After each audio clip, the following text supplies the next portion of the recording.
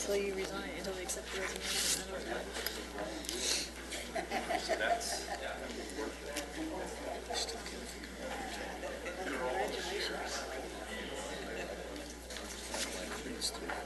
Reads his qualifications in the paper. She goes, he's not qualified.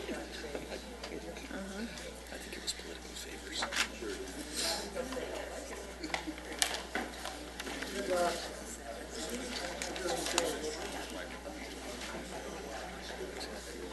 This meeting has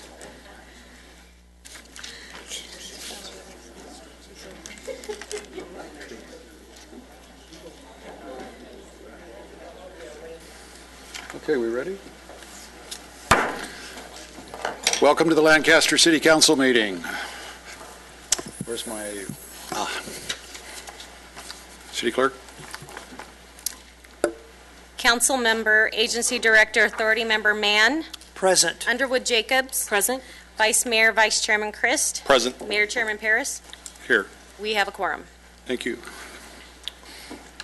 The invocation tonight is by the pastor of Life Church, but it doesn't have a name. Who's giving the invocation? I can't hear you. They weren't sure if they weren't going to make it.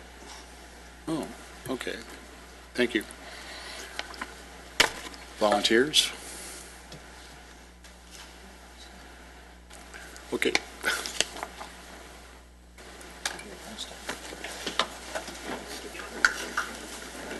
Starting to get used to this. Please bow your heads. Jesus, we thank you for the opportunity to come together tonight and to pray, Lord, to seek your kingdom and its glory, Jesus, to seek your wisdom. And I pray, Lord, that you would imbue that on this council, on all the people that are gathered here tonight, Lord, that we would seek your grace, your strength, your compassion, and your love in everything that we do. And we pray that we would be guided, Lord, as you told the church in Ephesus, by our first love, Jesus, that we would not put our own doings ahead of your will for us, that we would be set apart for you, Lord, and that we would seek your holiness and righteousness in everything that we would do. In your precious name, amen. Amen. Thank you. Mr. Carter, you want to lead the pledge? please recite with me. I pledge allegiance to the flag of the United States of America and to the republic for which it stands, one nation, under God, indivisible, with liberty and justice for all. Thank you.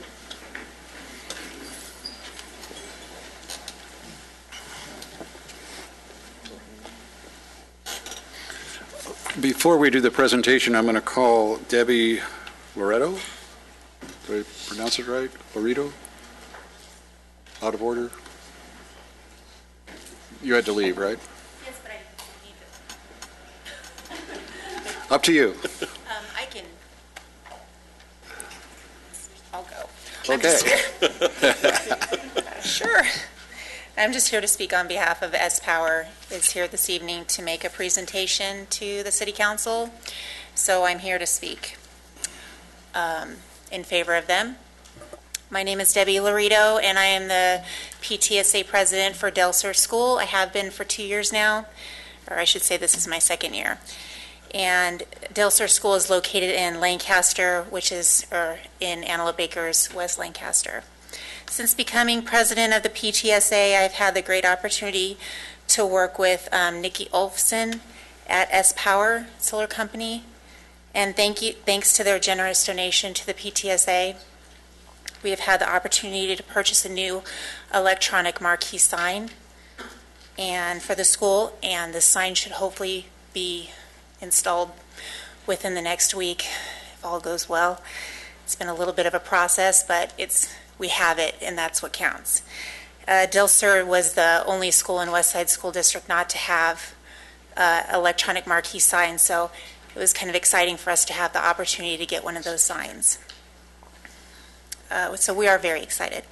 They were even willing to go the extra mile to assist the school in paying for installation costs for the sign. And the partnership that this company has chosen to develop with Del Sur is nothing short of generous and giving.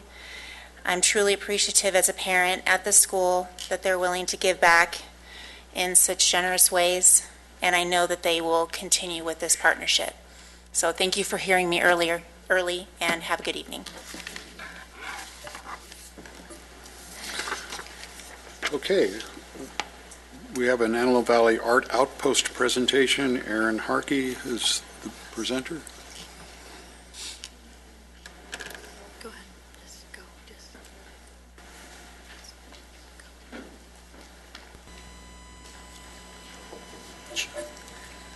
Well, hello, Andy, Council. how are you? And Mayor, and the fine people of Lancaster.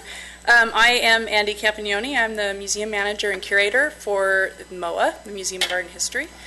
I'm here tonight to talk a little bit about what's happened this last year with the museum and all of the successes that are happening in the community, and also introduce Aaron Harkey, who is the project manager from the Los Angeles County Arts Commission, who's been our partner this past year on our Antelope Valley Art Outpost project. So, here's the slides. So I'm going to just run through this really quickly, just for those of you who haven't been to the museum and want to know what's happening. This year, we started the exhibition year with a show about legacy, which celebrated 3 generations of California sculpture. It also celebrated African American Heritage Month, and we really worked on the importance of mentorship with this exhibition. Along with that exhibition, MOA actually published a book. The book was called Legacy, and it was featuring Eric Johnson, who is a prominent sculptor here in Los Angeles. And including in that community engagement, we had quite a few people come to discuss artistic practice and process, and how that crosses the lines over from for artists and other community members in problem solving. Our 30th annual all-juried exhibition, which obviously we're celebrating our 30th year as of January, I believe. We had 2 very prominent judges, Shane and East Dambrot and Paige Weary, who are both from Los Angeles. We had over 300 submissions, and the benefits from our local art community were professional exposure, additional exhibitions that they were invited to attend or participate in, and they were all featured in arts publications. This is part of our professional development for the artists of the Antelope Valley. Of course, our very popular annual all-media high school exhibit. This was the first year that we expanded past the Lancaster School District and invited all the high schools, both public and private, in the Antelope Valley to participate. We had 150 high school students that were honored, and this year was our 2nd annual Yarn Bomb. As you can see, we had one before at City Hall the year before. During our annual Flora exhibit, which is in the spring, we have a Mother's Day tea. This was our 3rd year of our Mother's Day tea. We were sold out this year with 96 community members. And this is one of the ways that we support our educational programming for MOA. So next year, I think the tea's theme will be farm to table. So everything in the tea will be grown or raised in the Antelope Valley, and it'll be served at our tea for next May 7th. The exhibit that was up this summer, which was our most attended exhibition that we've ever had in our 30-year history, was our Play, Create, Collect.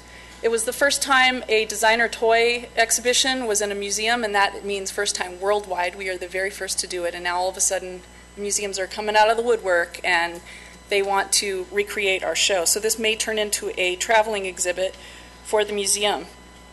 Some of the celebrities that were there were Paul Frank, who I think a lot of us know about, designer that you can buy, I think, in lots of retail stores. Gary Baseman and Tim Burton, the filmmaker. All of those folks participated in this event, plus many more. That event generated a fundraising event, which is our summer VIP event for MOA, also supporting our educational programming. We had a meet and greet with the artists, and it was also a chance for folks to come in and play our vintage pinball machine exhibit, and that was a one-night only thing. So you could come see the exhibit during the week, but the only time that you would have an opportunity to play those was at our VIP event. Our next event, which opens September 29th, the end of this month, is a Myths and Legends, and it's kind of a dark exhibit, so it's perfect for Halloween. It's artists there reveal urban legends through artwork, and we'll have live drawing demonstrations, a poetry reading, and a book signing, and a talk by local celebrity artist Frank Dixon. Just trying to really quickly go through this.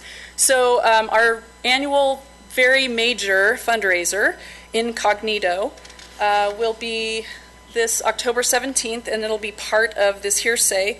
We're supporting a arts and technology scholarship to any high school junior or senior, and it's a one-page scholarship, and it's $500, and whoever wins that will also be a guest at our Incognito exhibition. And then our last exhibit of the year is Vanity. It's going to be focused on contemporary portraiture and themes of celebrity and identity. Those artists are Justin Bauer, Austin Young, Ronnie Stretch, Lee Salgado, Laura Larson, and Tina Dorff. And the last thing, which is what I wanted to get up here and brag about, are the grants that we've written this year. This year we received $125,000 in donations for art acquisitions for our collection, $80,000 grant from the California Community Foundation, which is a core operating grant, which those are really hard to get, so we're very excited about that. $45,000 for Antelope Valley Arts Outpost, which Aaron will be talking about.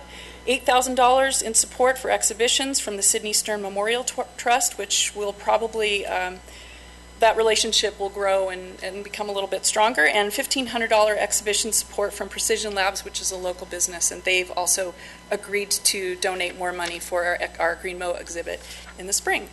And without ado, I would like to introduce Aaron Harkey from the Los Angeles County Arts Commission. Hi, everybody.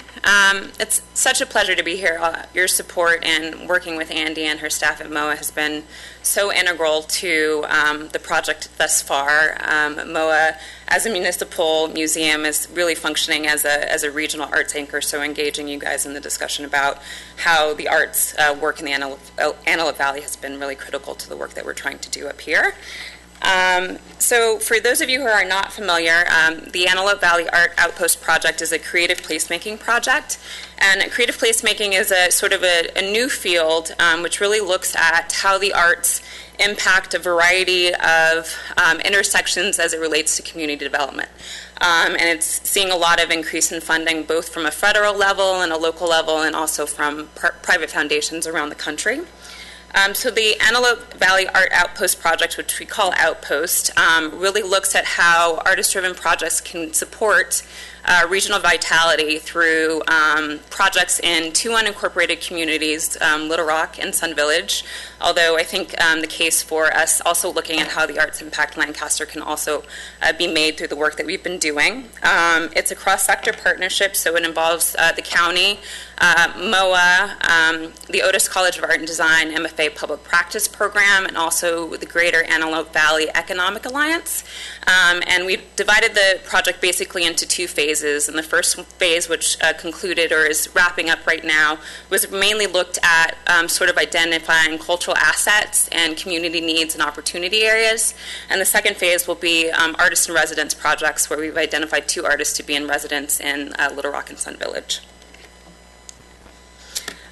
So the way that we went about the first phase of the project, which was identifying these sort of cultural assets, and the way that we defined them was really broad. So it was capital A art, so art assets, art organizations, but also those sort of character-defining assets. So it could have been the unique business or the woman that makes the interesting tamales. It could have been any number of things that really led to sort of character-defining assets in both of these communities.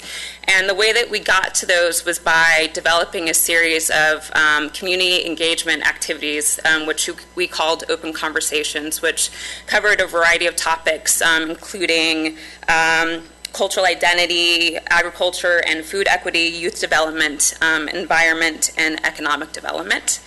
And we were fortunate to have a really successful workshop at Little Rock High School with Las Cafeteras, where they engaged students in a conversation about what their hopes and dreams for the future were.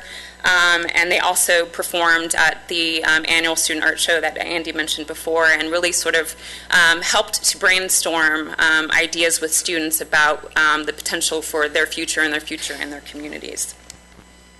We're also really fortunate to have artist and MacArthur Fellow Rick Lowe, who is known for his project in Houston called Project Row Houses, which is a sort of a cross-collaboration between art development and economic development and housing development. So along with MOA, we were able to curate a series of community conversations that happened in people's homes in Little Rock and Sun Village. That's our sort of open circle in Sun Village, and also a brunch that we had in MOA's Lantaroon for community and civic leaders. MOA also was really instrumental in helping to stage a series of community engagements outside of open conversations like this one at the Poppy Festival, where they worked with Otis students to create this platform and space that was created from all found and recycled materials that became sort of another platform for community discussion. The results of this community engagement was actually sort of documented in 2 exhibitions at MOA. The first was a project that basically documented the Otis students' work called I Hope the Wind Don't Blow, and the exhibits were documented sort of 9 months of research in a variety of creative platforms like media, and websites were created to create sort of a layer that can be accessed by phase 2 of the project when the artists in residence are looking for information and development of their projects. And the second, I think, most significant one for MOA is that we developed sort of a creative way to identify artists living in the community through the Regarding Us exhibit, where it was sort of a chain letter format where we invited a group of artists who then identified another group of artists, so it was a show that was curated entirely by relationships. Through that effort, we were able to identify 170 artists, a lot of whom were new to MOA and were certainly new to us at the county. And 50 of those are going to be documented. We're actually featured in the show and are going to be documented in a catalog that basically highlights Antelope Valley artists and their work. We also engaged those artists in a conversation about what their needs are, so we were able to collect some data. So the catalog will sort of function as more of a catalog but final report that will help sort of to guide the county and MOA's sort of artist engagement efforts going forward. Phase 2 of the project, as I said, is just beginning to kick off now, and we were fortunate to identify 2 artists in residence. One is Heidi Duckler Dance Theater, which is a site-specific dance company, which will be engaged in the Sun Village community, and Robin Rosenthal, who is a documentary filmmaker who's actually from Little Rock. She's going to be working in that community over the next 6 or 8 months. So I wanted to leave you with the last image. If any of you are interested in learning more about the project, you can go to lacountyarts.org/outpost. And one of the things that we're doing there is a community blog, which really highlights sort of unique cultural phenomenon that are unique to the Antelope Valley. This is an image from a piece that a local writer, Charles Hood, actually did about airplanes on sticks. And which is unique and is a special phenomenon that is, as you all know, unique to this place.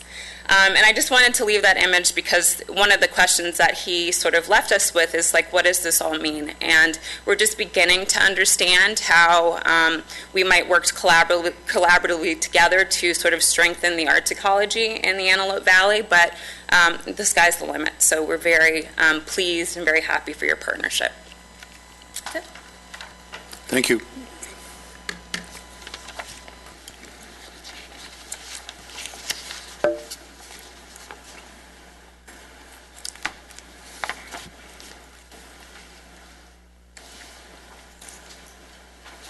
Anything to be removed? No, sir. Thank you. I want to move CA1? CA1. CA1 up to the beginning of the agenda. And that's the resignation of Ron Smith. Is there a motion? I'll make the motion that we accept the resignation of Ron Smith. Any speaker cards? No. Any protesters outside say, don't do it? Don't.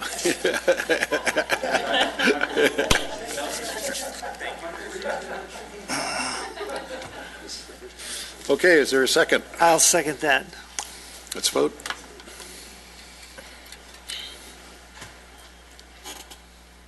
So Ron, you're out of here. No.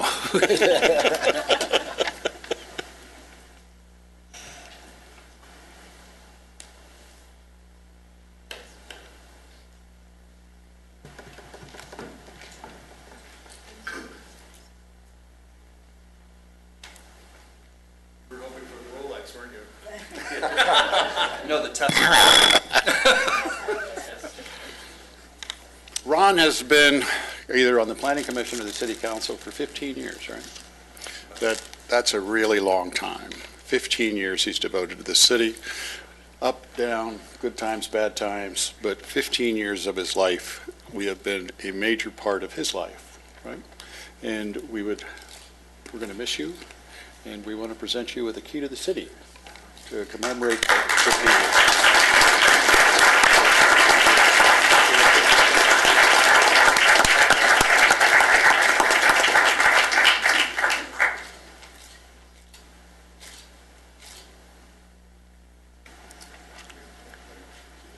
Thank you, everybody.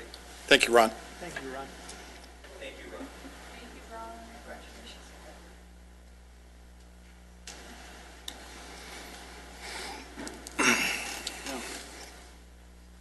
I just had a great fundraising idea.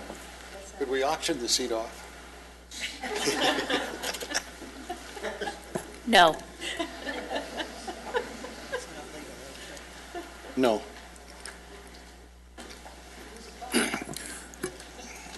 Mr. Reeves, that was the first thing you've never objected to.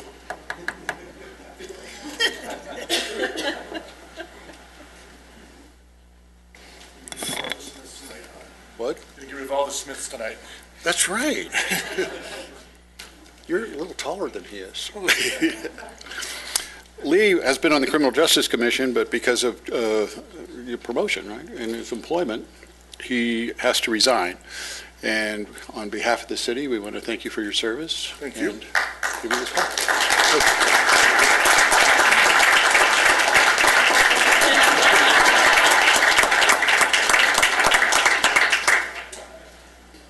Thank you, Steve.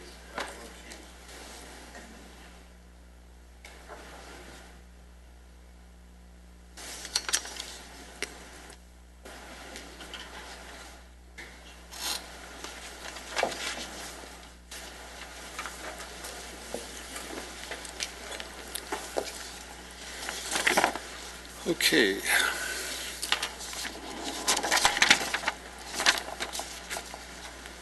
No speaker cards. No speaker cards on NB1? Let's waive the presentation. Is there a motion? I'll make a motion, we adopt resolution number SA06-15. Is there a second? I'll second. Let's vote. NB2. Oh, that's right.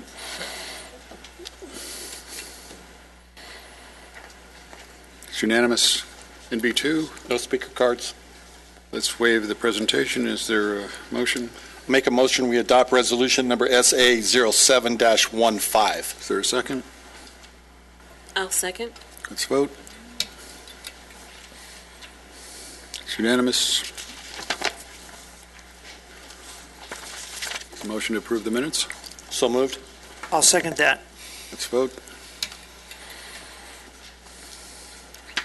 It's unanimous.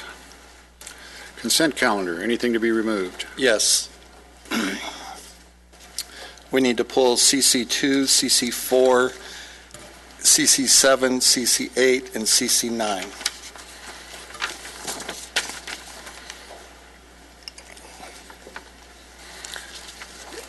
Okay, pulling those. Well, let's do a motion for the remaining items, CC1, 3, 5, 6, and 10. I'll make a motion, we accept the consent calendar as currently comprised, pulling CC2, CC7, CC6, or CC8, CC9, Is there a second? And 4. and 4. Is there a se- I'll second that. Let's vote. That's unanimous. Okay. CC2. Who, well, Fran's on CC4. She's on Right. the consent. You're not on 2, are you? Michael's on all of them. Okay, Michael. Why don't you do them all at the same time? Mayor Paris, council, staff, ladies and gentlemen, there are a number of consent calendar items I'd like to speak about tonight. CC2, CC7, CC8, CC9.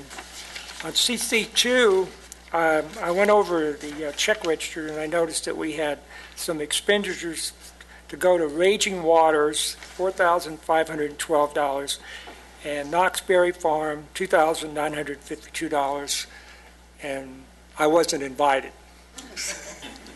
I think we were going to look at their high-speed rail.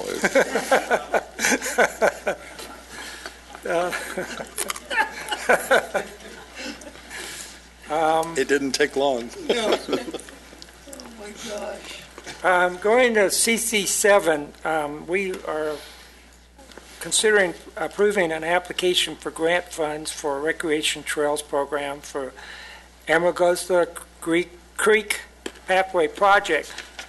Some of that area that would be in the pathway is in the land that's going to be sold, and I'm just wondering if we can put pathways in land that's going to be sold.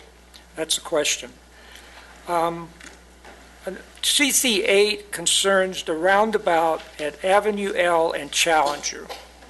And I drove over there today, going down Challenger to Avenue L. You know, it's a beautiful street. It's very big. And you know, as you get closer, going south, it gets more picturesque. And I can't understand, you know, why we're going to put a roundabout at Avenue L. If you get to L, there's a turnoff, so there's a roundabout sort of turnoff onto L when you make a right. And you know, the street is 2 lanes, and the roundabout is going to be 1 lane. And you know, I hate to see that area devastated because there's a lot of potential for homes and development out there, and that boulevard, that Challenger Way, is just beautiful going toward the mountains. So that's just my opinion. On CC9 about the independent hearing officer, well, City Council traditionally is the hearing officer for these things, and I prefer to have the power or authority stay with the City Council instead of appointing an officer.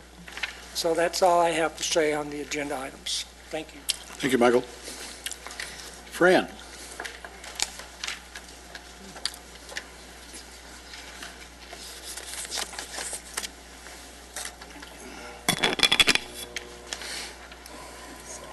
That's good. Okay. I just need a clarification of what this means. The property owners within annexation number 40 through 140, can you explain that to me in detail? Or, you know, so I can understand it? I'd like to ask Carlisle Workman to address that. That means none of us quite understood it, but Well, shall I read it out loud to you? Basically, the property is annexing into the county waterworks district. It's a requirement of their development that they annex in so the water can be provided. This resolution is a joint resolution between the city and LA County Waterworks to share the tax revenues, to redistribute those as part of this annexation. So this is the council's action in conjunction with the property becoming part of the district. So, on the tax part of it, how is it going to involve us residents? It Now, won't is involve. Will it involve No. our taxation? And Will not anyway? involve the residents. There's a portion of the property tax that's currently collected, and it's split between all these different agencies.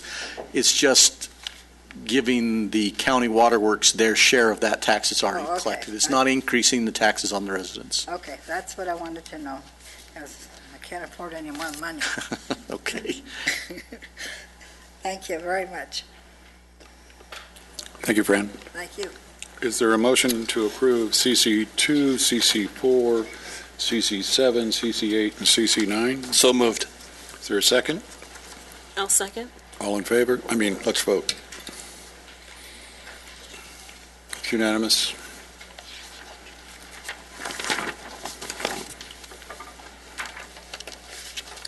We'll open the public hearing, PH1. Any speaker cards? We'll hear from Pam Statesman. Is it Statsman or Statesman? Pam, how do you pronounce your last name?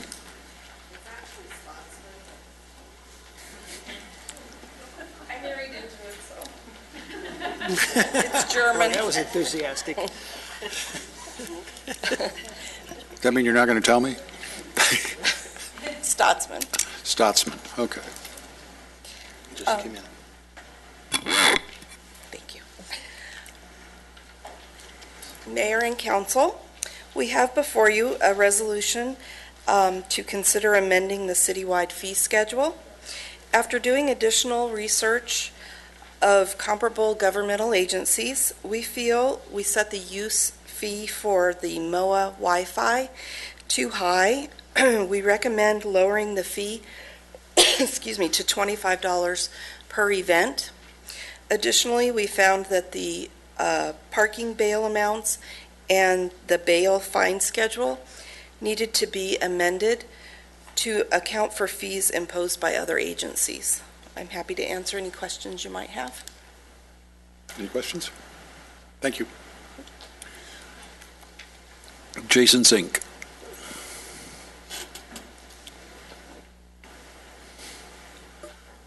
I left the attachment at home, but one of the things on it was a skateboarding ticket from $25 to $125, and I think that's just not right. And I would like to, on things like this, I wish the city would have, flyers about all these fees and stuff that we're talking about, because nobody knows what I'm even talking about. But the fee for the skateboarding from $25 to $125 is out of hand. That's it. Thank you. So he might have a point. Somebody want to help me out? About it being too high? Yeah.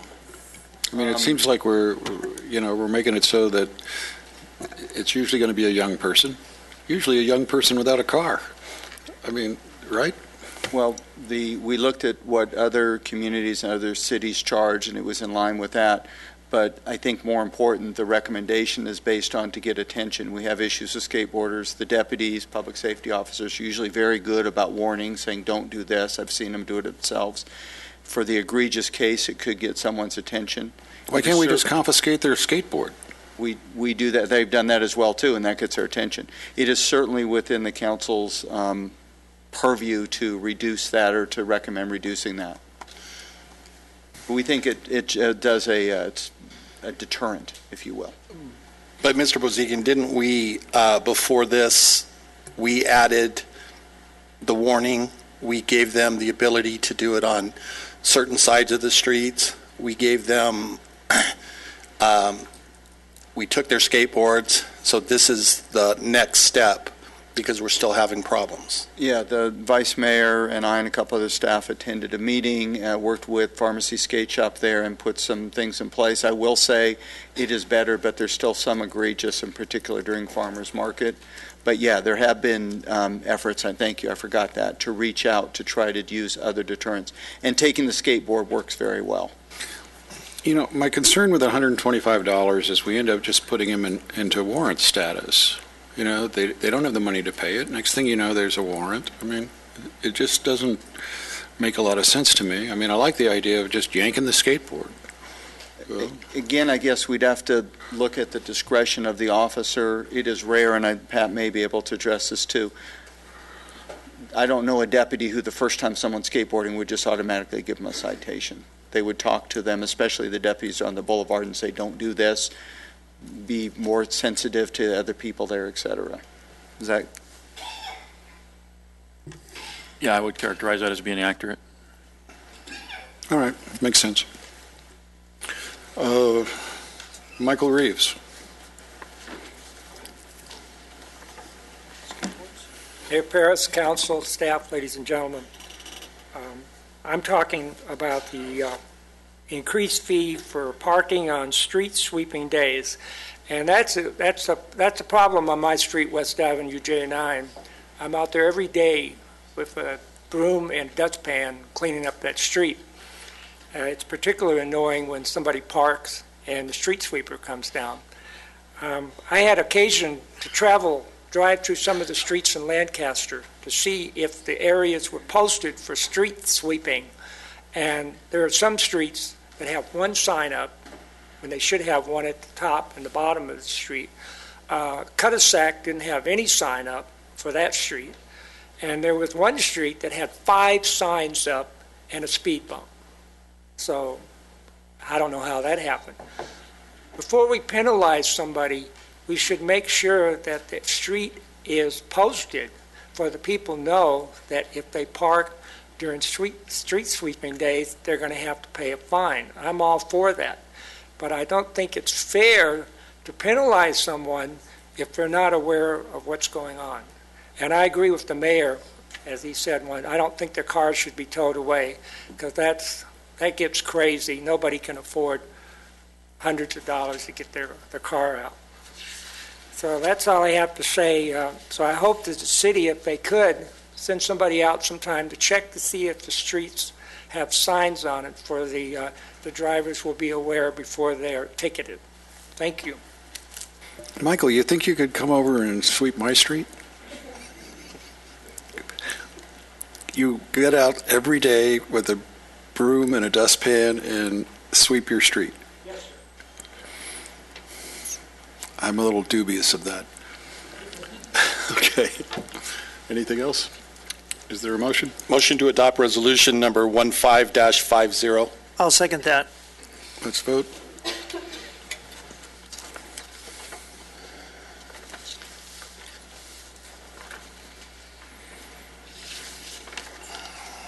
Dissension in the ranks. It was 3-1, 2-1, 3-1.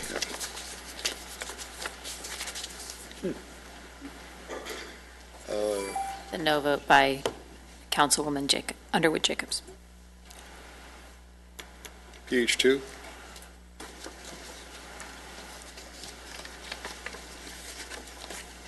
Who's presenting that? Vern Lawson.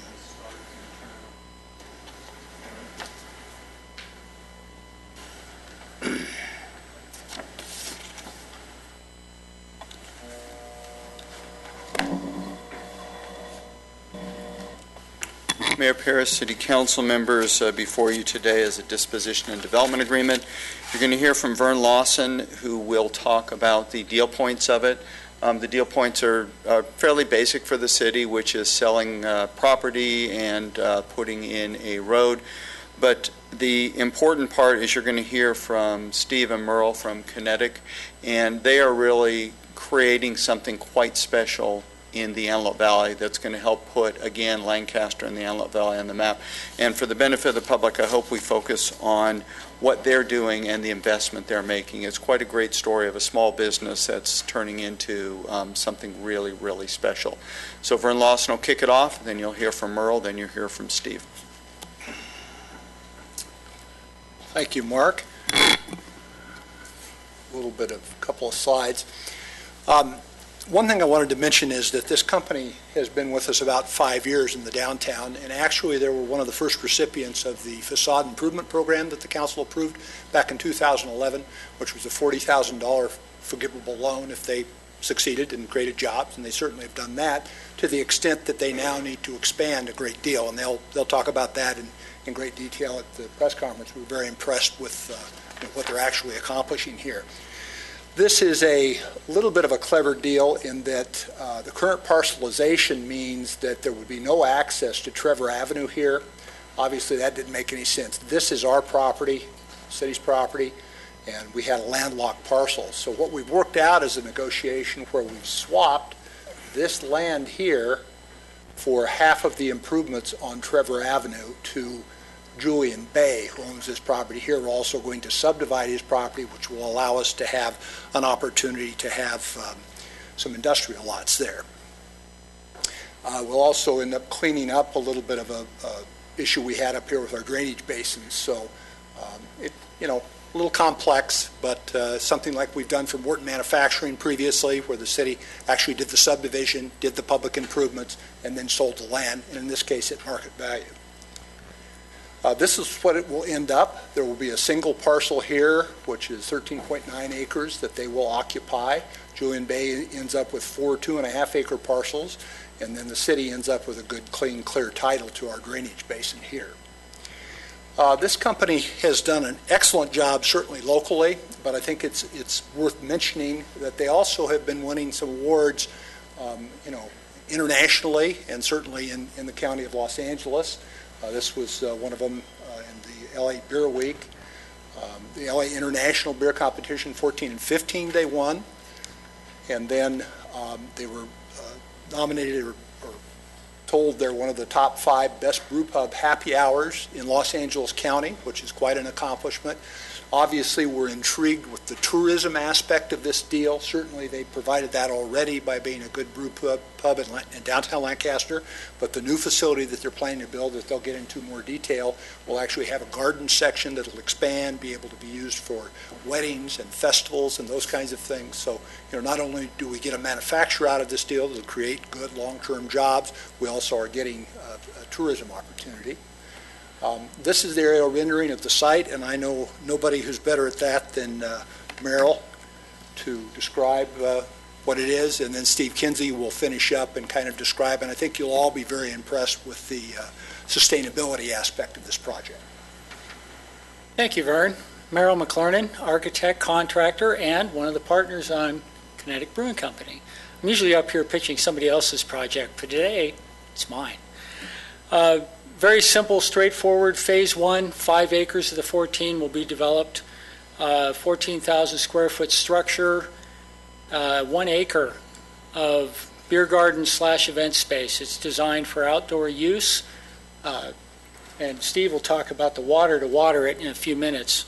The style of the building, World War II aircraft hangar style for the brewery, more of an Art Deco tasting room. So we're going to take some of the history of the Antelope Valley and bring it. We're going to bring it with. The job will bring $2 million in the local construction economy, more than 100 construction jobs. Steve will talk about the rest of the jobs in a minute. Let's talk about sustainability. And my feeling as an architect that it's no longer something we should do, but we must do. We are going to have a LEED certification on the building. Not sure exactly where it's going to fall yet. It's a tough site to work with, but we're going to do it. There will be 60 kW of PV panels built right on the roof, day 1. We're not going to wait. Okay, can't do it. This is the nature of today's development. It just needs to happen this way. I'd like to introduce Steve Kinsey, who actually makes the beer and promotes us through the beer community. Steve?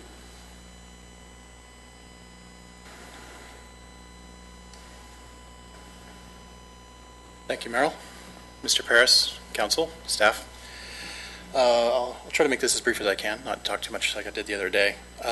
In brief, if this is passed, we will be building, as Merrill said, we'll be developing the first 5 acres of 14 acres on this site.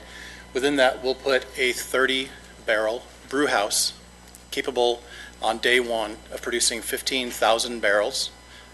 Once the full build-out is complete on phase we call 1B, we'll be able to produce upwards of 70,000 barrels of beer. By contrast, here on the Boulevard last year, we made 1,100 barrels of beer. So that is a 64 times increase over where we're at. And I'm quite certain that you're questioning at this point, how can we, in the middle of a drought, in the middle of a desert, ask for a 64-time increase to our water consumption? Beer Advocate, a very well-known article or magazine in the industry, did an article in the July-August issue that spoke directly to this question, California's Conservation Trail. And in there they spoke to 5 breweries in California. They spoke to Telegraph in Santa Barbara, Stone in San Diego, Sierra Nevada in Chico, and Lagunitas and Bear Republic up in the wine region. And it is quite common in this industry for water consumption to be 6 or 7 units to 1. So that in order to produce 1 unit of, say, to produce a pint of beer, it takes 6 or 7 pints of water, which are then spilled on the floor and go away down to your go down the storm drain, never to be reclaimed again. Some of the larger breweries with more capital, Stone and Sierra Nevada, are able to get that down to 4 to 1. Lagunitas and Bear Republic have partnered recently with a brand new company, Cambrian Innovations, which you can, there's a little detail over there of what they're doing at Lagunitas. And Lagunitas is able to get that water consumption down to 2 to 1 ratio. For every unit of beer, 2 units are spilled on the floor. What that unit does is that captures what's called the effluent, all the water that's spilled on the floor from cleaning and from waste, and all the trube, proteins, and everything that falls on the floor is captured, cleaned up. All that water and all the organics inside of it are then converted into electricity. This was developed for the International Space Station for a closed loop water reclamation plant in space, to where the water is recaptured, reused, cleaned up, and all the waste in the water is then used to produce energy. This unit at Lagunitas is capable of producing 400 kilowatts of electricity out of water that we would normally flush down the drain system. We're going to capture that water, we're going to clean it up, use it over again, not in the brewing purpose at this point, but then to run our toilets, run our mops, do our rinse cycles, and also to irrigate the 1 acre event space that we're talking about with the hops farm and possible community garden. So there's a huge emphasis in this plant, in this expansion, to go towards water conservation, electrical conservation, creating our own power, and ultimately becoming net zero, and ideally completely off the grid if possible. Because this unit also can, it captures methane, and it can convert the methane into, we use it through the use of power cells, convert that into electricity, or we can use the methane to then power our boilers as well. So how are you going to store it? The methane? No, the electricity. Fuel cells. It's all, there's a white 16 by 20 over there that shows how it's that shows this is what Lagunitas has at their location. Who does? So water is captured and cleaned up, stored in the power cells. The electricity is stored in the power cells. Are they lithium? I do not know. I'm meeting with them on Friday. Thank you. Thank you. Okay, great. Do the sidewalks comply with the new ordinance? When the actual project comes through the development review process, they will. Thank you. That's good. Thank you. Fran?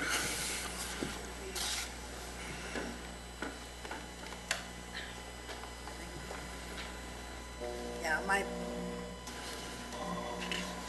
Paris, Mayor Chris, council members, and ladies and gentlemen, I forgot to mention that before. Thank you for listening to me. My name is Fran Sarasars. Most of my questions were answered just now, because I was concerned about the sidewalks and street lighting and all those type of amenities, but it seems like they have all that covered. Now, is that road going to go, like Trevor, is going to go straight through, isn't it not? Through the, I can't, it's going to go through to whatever the other street is. It's not going to end, it's not going to have a dead end, is there? It already goes through? Oh, okay. Well, I think my questions are answered. I thank you very much. Next Thank you, question? Fran. Okay. Michael Reeves? Thank you, Mark. Mayor Paris, council, staff, ladies and gentlemen. For this meeting, I've done a lot of traveling around the city, and I happened to drive over there the other day to Trevor and Avenue H, and it's not a part of town that I would go there unless I had a reason to go to. It's looks like a wasteland over there. You have some business buildings, and you keep going, and finally you have a brewery, Coors, and then you have some kind of food service company over there. It's really a desolate area. When I heard about this, I thought, this is great. We're going to put in a restaurant-type thing over there for those people that work around that area will have some place to eat. I thought that was really good. I've seen how that's done. If you put some kind of food service, it affects all those businesses around there, and they have a place to eat and visit and communicate, and businessmen can meet and talk about things. On the other hand, my concern is the cost. We're going to sell the land, and we're going to use money to widen the street. I have mixed feelings about the project. I went through all the contract and everything they had in the book back there. I didn't get to go through it thoroughly, and that's regrettable because it's so complicated, and I would have liked to gone through it line by line, and because there's always something in there that you have a question about. However, if we do this, and we do create this nice area, the fairgrounds are right down the street. That area that we develop on H and Trevor can be used on Antelope Valley Fair days. We can tie those together, and people can park and maybe take the bus down to the fairgrounds or vice versa. It can be part of that whole complex and rejuvenate that street. Thank you. Thank you. Is that it? Okay, let's close the public hearing. Any discussion? Any questions? Vern, I have a couple of questions.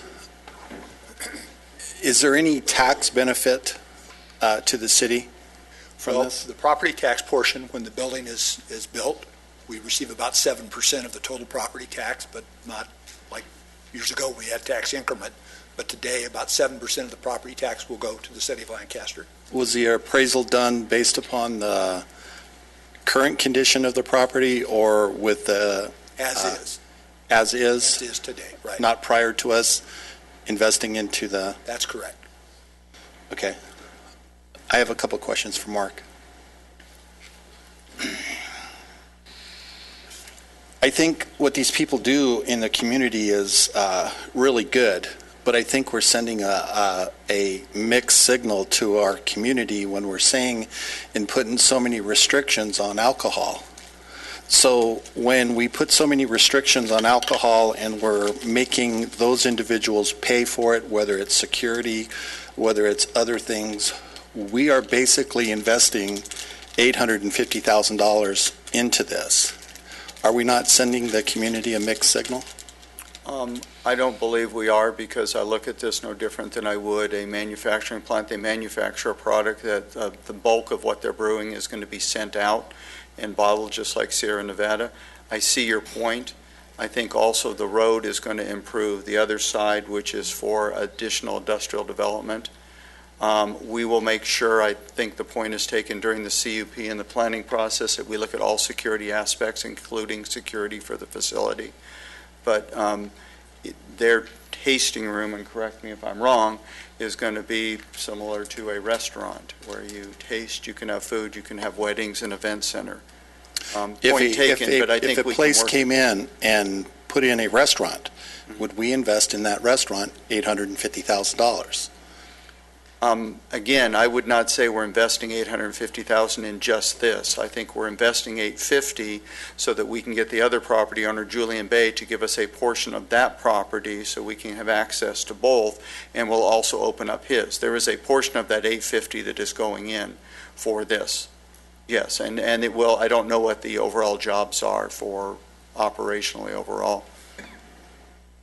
Okay.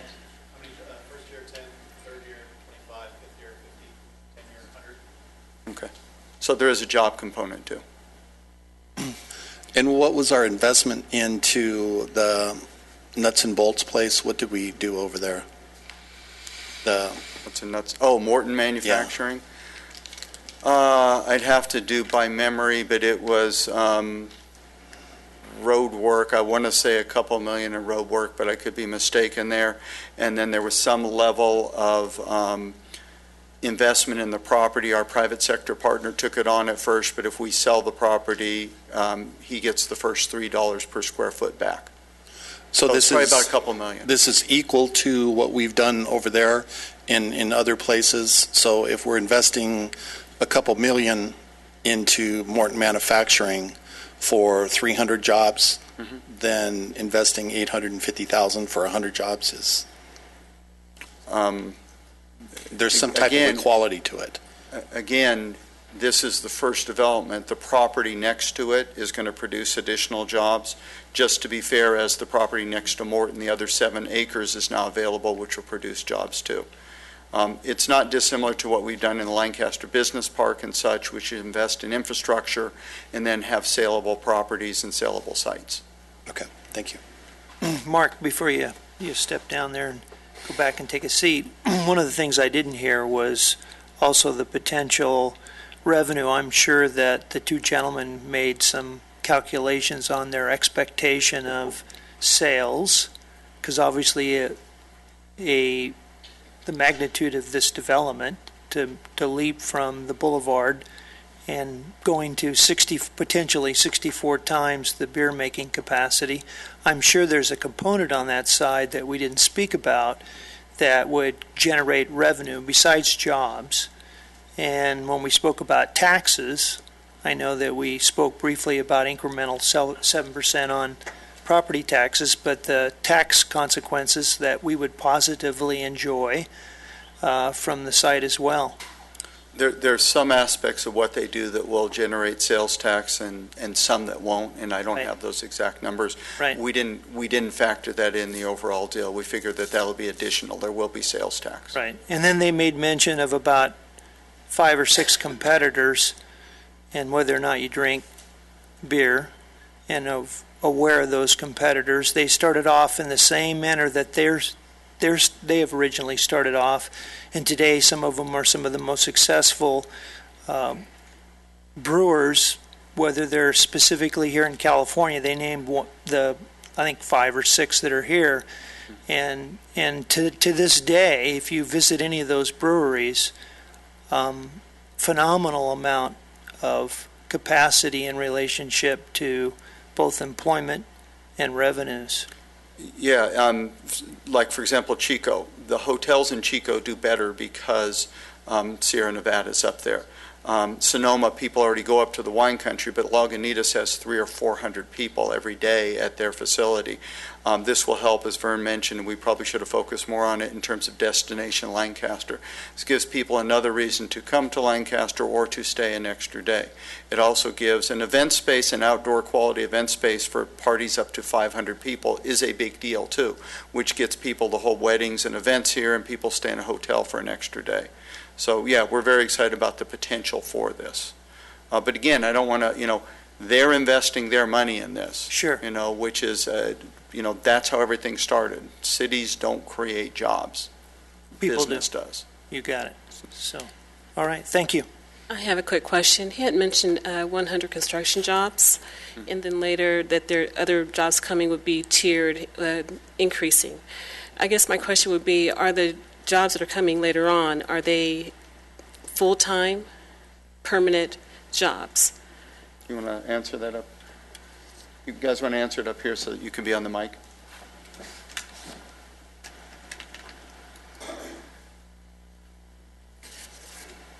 Yes, there'll be a mixture of both part-time and full-time, skilled and highly skilled and unskilled. There'll be shipping and receiving, trucking, warehouse, brewers, biochem, laboratory, sales, tap room, events, maintenance, clerical, administrative. So there'll be a full complement of broad. Do you have an idea of what that variation will look like as far as percentages, 60% full-time versus part-time? Or are you leaning more towards having more full-time people in general? We like to, and as we're doing right now, we like to employ full-time. It's better for us and for our employees, and especially once we get to a certain size, we'll have to start doing healthcare. So we want to give everybody healthcare that we can. Okay. Something that we believe in. Thank you. Thank you. That's a good point. Anything else? Let's close the public hearing. I already did that, didn't I? Is there a motion? I'll move that we adopt resolution number 15-51. I'll second. And appropriate per item B. And as so stated by the city attorney. Let's vote. It's unanimous.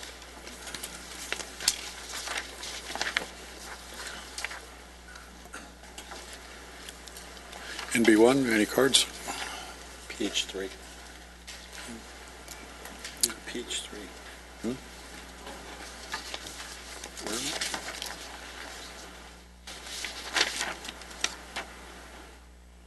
Just did that, right? We did this. Okay. All right. Page 3, Mr. Ludicky.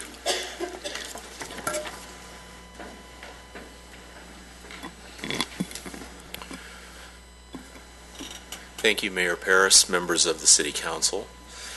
The item that's before you this evening is a request for a general plan amendment and a zone change on 960 acres in the southwestern portion of the city. The area that is being requested for the general plan amendment and zone change is part of a larger overall almost 1,200 acre site that was approved by the Planning Commission in July for the development of a commercial solar facility. This particular action is necessary by the City Council if that approval by the Planning Commission is to actually stand. The overall site for this project, as you can see on the map here, as I said, is in the southwestern portion of the city. The applicant, S Power, Sustainable Power Group, has gone through a process of proposing this development. This particular project, if approved and constructed, would ultimately add 150 megawatts of power into the electrical grid. They are a company, obviously, that has done a number of projects within the city and are also pursuing others. This particular project, because of its size and scope, did require an environmental impact report. That environmental impact report went through the required public review process under the California Environmental Quality Act.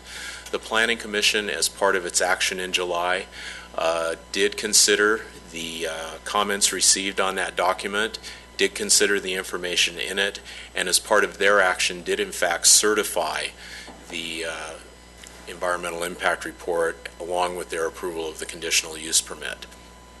This overall site is currently designated, or the 960 acres that's under request, as specific plan. And the reason that it was designated as that under the general plan back in 2008, 2009, was that the holder of the property at the time was looking long-term at a potential planned residential community.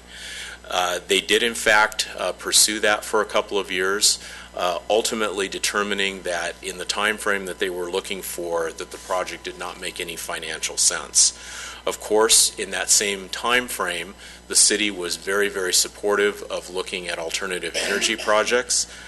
This became a site that was something S-Power was very interested in pursuing, given their aggressive nature in looking at meeting the mandates of the state and also the city's goal of being a net zero city.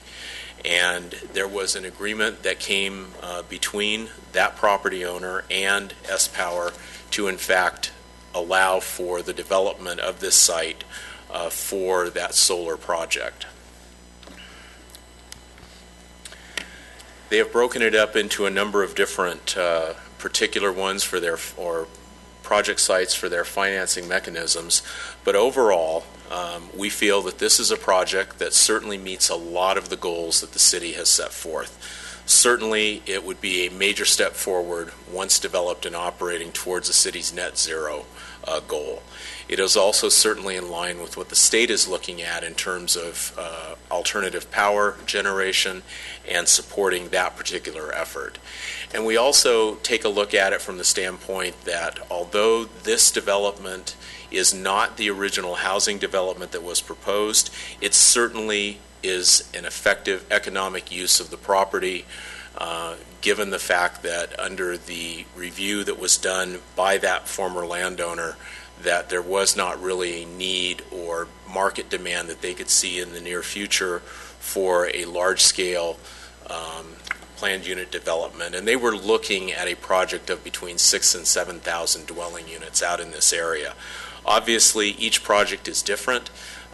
That would create a lot of potential impacts in terms of demands for services, infrastructure, and the maintenance of those that this project would not create.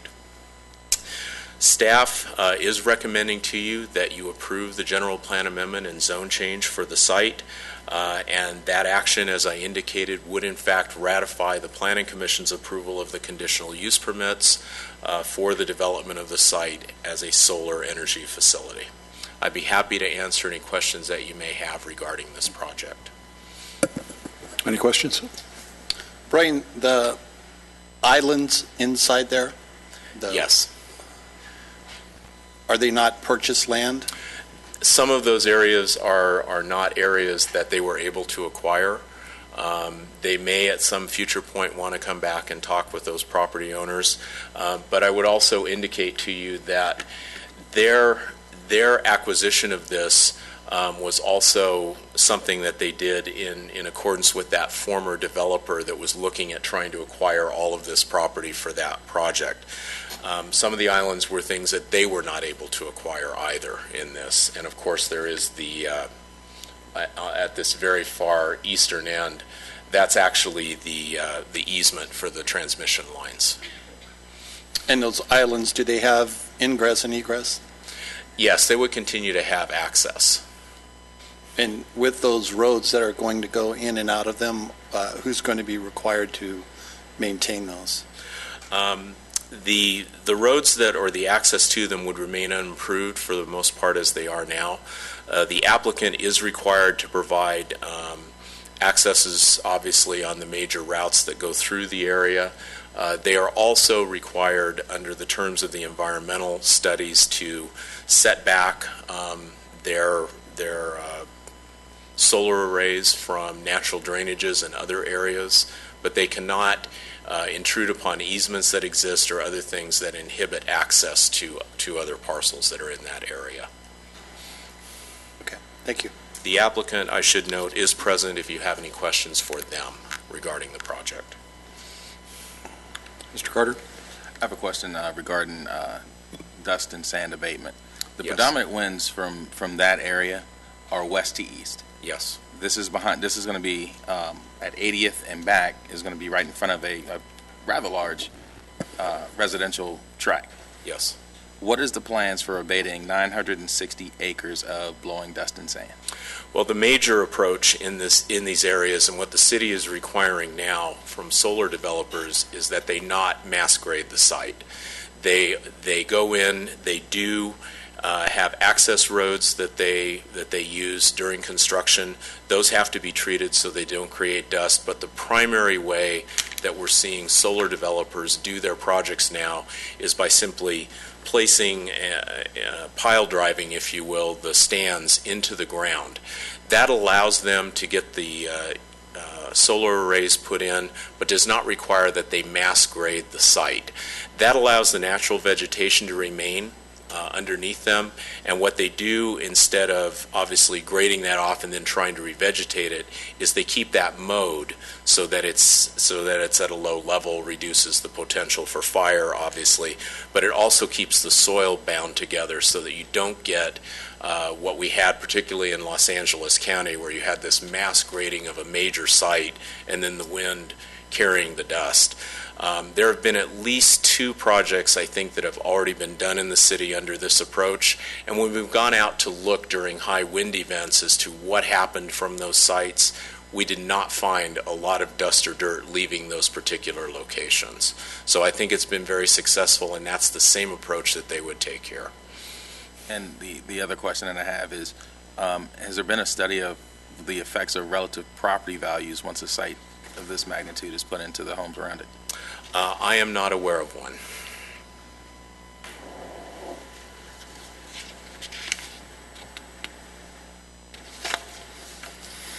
Anything else? Thank you.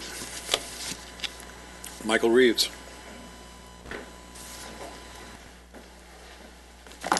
Mayor Paris, council, staff, ladies and gentlemen. This is a notice that was in the Valley Press notifying the public that we were going to discuss this tonight. And I noticed that in the notice it talks about 960 plus or minus acres and 1,191 plus or minus acres. You know, I can't believe that we're talking about a land deal, a land acquisition, a land use, and we're not even specific on how many acres it is. You're setting yourselves up, I know personally, you're setting yourselves up for a big lawsuit and problems if you don't have a survey and know exactly what the parameters of the land are. I'd like to give this to the city attorney. I reviewed some of the EIR, the environmental impact study. I'm not casting any dispersion on the project. I don't know. But I have some concerns about the land and also a few things in the environmental report. One thing is the proposed project would not create a new source of substantial light or glare which would adversely affect day or nighttime views in the area. Well, the facts in support of the findings say the proposed project would introduce a new source of glare from the reflective surfaces of the solar panels, which are designed to trap the incident rays of sunlight. However, any incident radiation not absorbed and transmitted would be reflected. Residents, recreationists, and roadway travelers in close proximity to the panels may experience some glare. So that's one thing that concerned. Another concern about it was the earthquake thing. While the San Andreas Fault is located about 1.5 miles from the project site itself is not subject to surface rupture hazard. The ground shaking hazard in the project is high, and a large earthquake on a nearby fault could cause substantial ground shaking at the project site. So these are a few of the environmental things that we need to consider before we vote on this project, and I just wanted to bring them up. Thank you. Thank you. Mike Hobbs.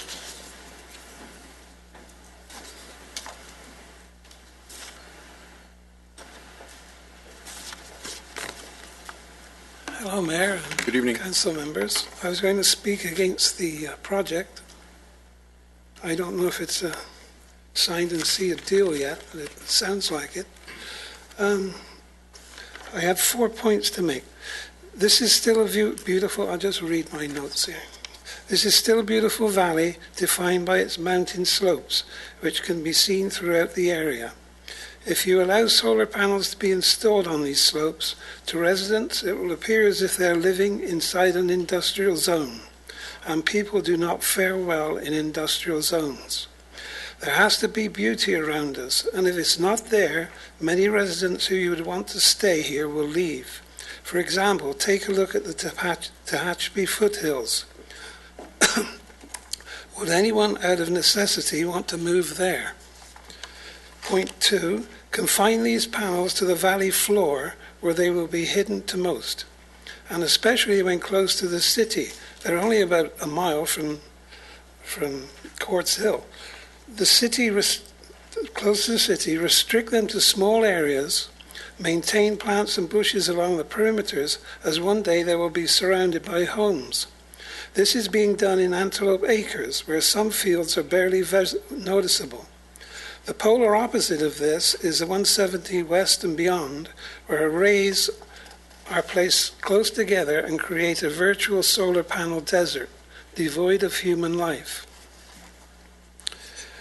And on the valley floor, there's also more sunshine, I would believe, rather than sticking them on the slope where the sun sets behind the mountains there, which must cut 3 or 4 hours of sunshine out of the day. So point 3, the area under discussion, 80th West to 105 West, between Avenue K and the aqueduct, is one of the most beautiful areas on the west side of the valley, which still remains open to the public. The rest further north from there is owned by farmers. As a dog owner, I have been going there all seasons for 17 years. I know it well. It's used as a stopping place for many migratory birds, and as responsible caretakers of our wildlife, studies ought to be done. For example, large flocks of mountain bluebirds rest here for several weeks in the spring, feeding on the grasshoppers, which arrive in their millions in this very area some are proposing to cover with solar panels. I got pictures. They wouldn't allow me to bring anything to project, so I brought pictures, hard copies, if you'd like to see them.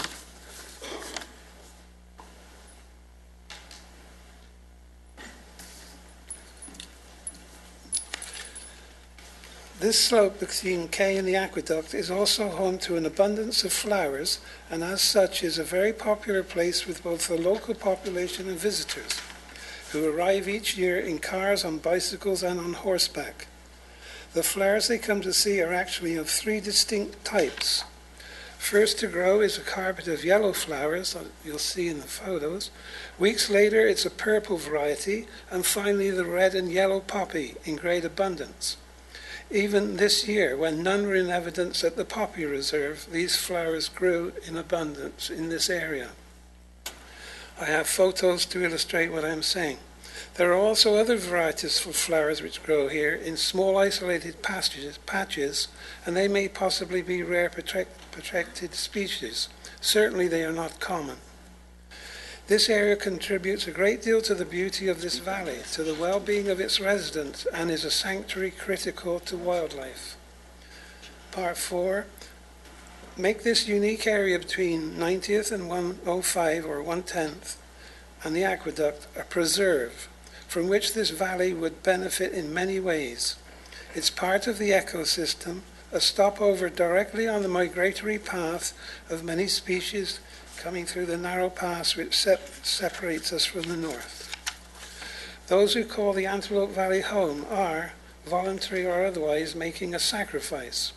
Houses amongst trees and bushes. I might mention here too, there's a house on this property and they've had that up for sale for 3 years. I don't know if they've had any takers yet. There's also about 20 I'm sorry, could you repeat that? There's a house on this property, and they've had that up for sale for about 3 years, and they haven't sold it. They may have sold it recently, but they haven't sold it in 3 years. Thank you. There's also about 20 trees in a group on this property, which trees aren't that common in this valley. What's going to happen to them? Houses amongst these trees and bushes, if this was used for housing, eventually blend in with the landscape. Solar panels, even on the valley floor, have the potential to become an eyesore for generations. So I just suggest the panel companies, rather than covering these slopes with solar panels, use this land instead to provide something of lasting value in return for their already prolific use of the valley floor.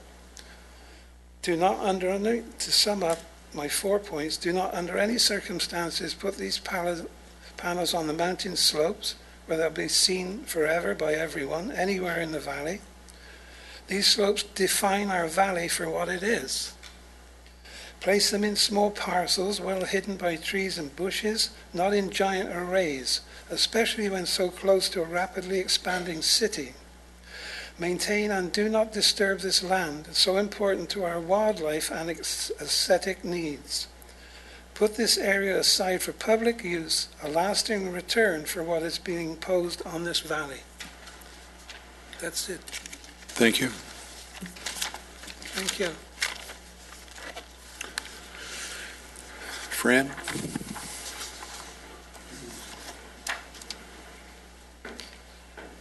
I'm gonna have to learn how to work this thing, huh? Red for down, green. Okay, and then I'll go. There you go. Thank you. Excuse me. Mayor, City Council, ladies and gentlemen.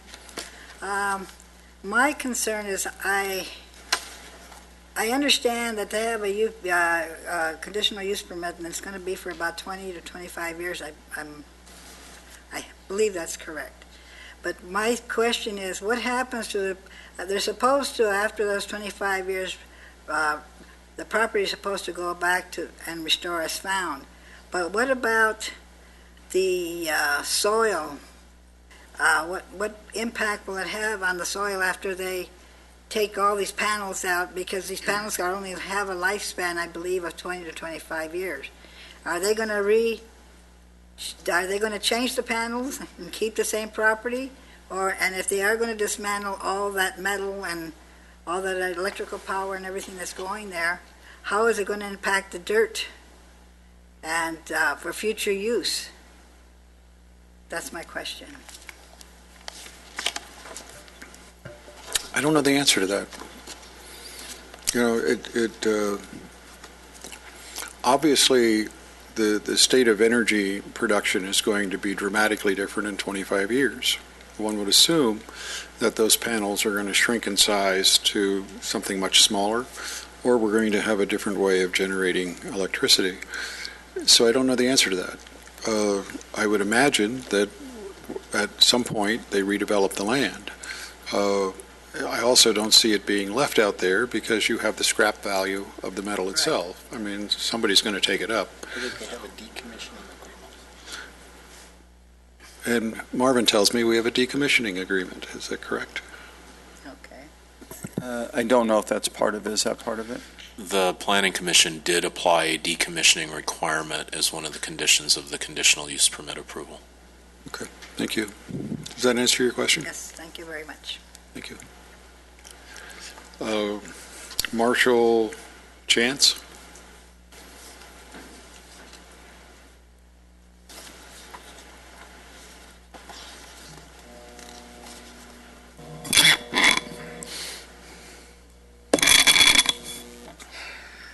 Mayor, council members, fellow citizens,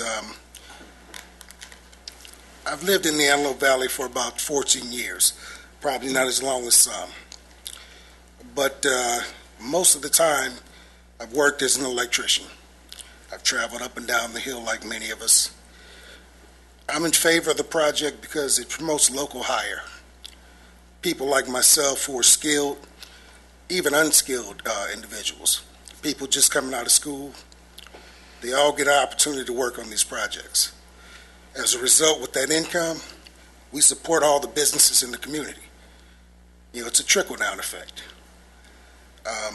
I've grown to love the Antelope Valley, and I wouldn't support anything that I think is going to damage it. You know, my grandchildren live here, and hopefully their grandchildren will live here. That's all I got. Thank you. Brian Williams?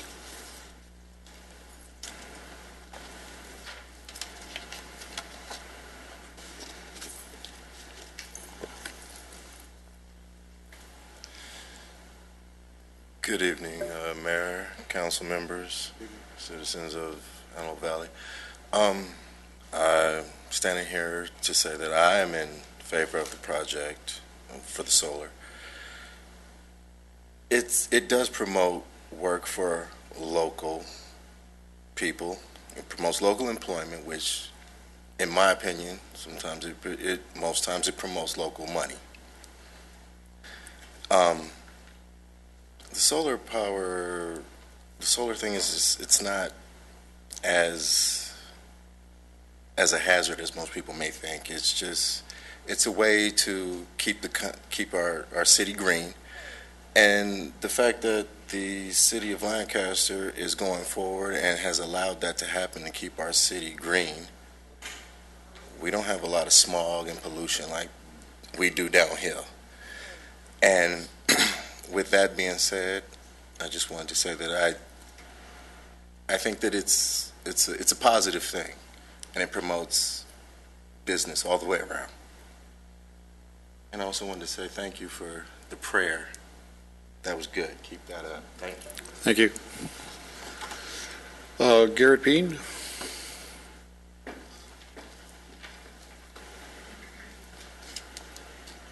Good evening, Mayor Paris, Good council evening. members, staff.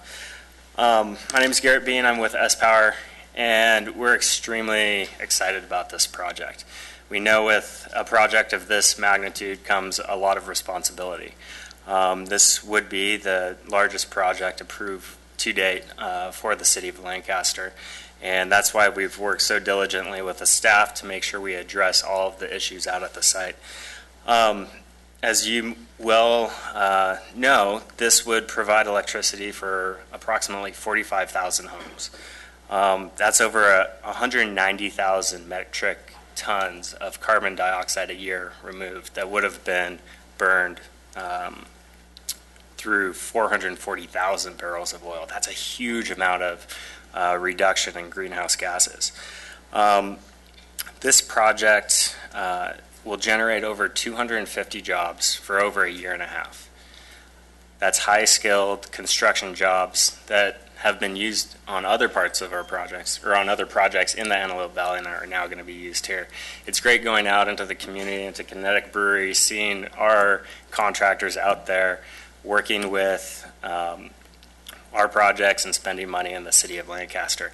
Over $200 million will be generated from this 150 megawatt project alone through taxes, revenues, through industry to industry sales. We're using local people, we're using local engineering firms, local surveyors. It's been a great experience working in the Antelope Valley.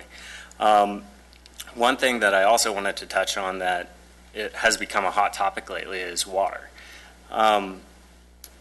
As you know, solar doesn't use a lot of water. I think that's one thing that we often forget when we're looking at these gas turbine facilities that we're seeing going up in Palmdale and other parts of We're not seeing anything go up in Palmdale. Never. Oh, here we go. Thanks, Garrett. But my apologies. But the important thing is to get on the right path here, to use renewable alternative energy that's going to reduce the impact on our resources here. Combined cycle plants are using for general wet cooling type of projects. We use 99% less water than them. That's a 99% reduction. For the most advanced types of dry cooling systems, it's a 75% reduction. We're helping the Antelope Valley. We're reducing our water usage. And compared to residential, it's going to be far less than that. We think that this is going to be a great project. I know a lot of questions have been raised here. They're very good points. One question was about the islands. I wanted to quickly address that. We have been working with those property owners to try and purchase those islands within our facility. We've actually been able to move forward with options to purchase some of those properties. Other property owners we haven't been able to contact. We'll continue to work with them to resolve that. Dust is a very big concern for us. We've been, I think, one of the great leaders in the Antelope Valley as far as solar development goes, and really setting the standard for that. I know the AVA QMD has come out to our project and gave us the highest marks as far as how we're controlling dust. As Brian was speaking about before, we're only driving piles. The only amount of grading we're doing is along the roads. So we're keeping everything else intact, which really helps when we go through the decommissioning aspect of the project, because we're just pulling out piles. Aesthetics is a big issue. The reason why we're in this location is because of the proximity to the Antelope Valley substation. We don't want to build excessive power lines that go and crisscross the landscape from miles and miles away. We want to stay as close to that source as possible. In trying to minimize our impacts to the aesthetics as much as possible, one thing we are doing is up on the high parts of the slopes by the aqueduct, we're not building solar panels on those slopes. It's too steep for solar panels. We're leaving those alone. So in the site plan, you'll actually see areas that are just held vacant as vacant land.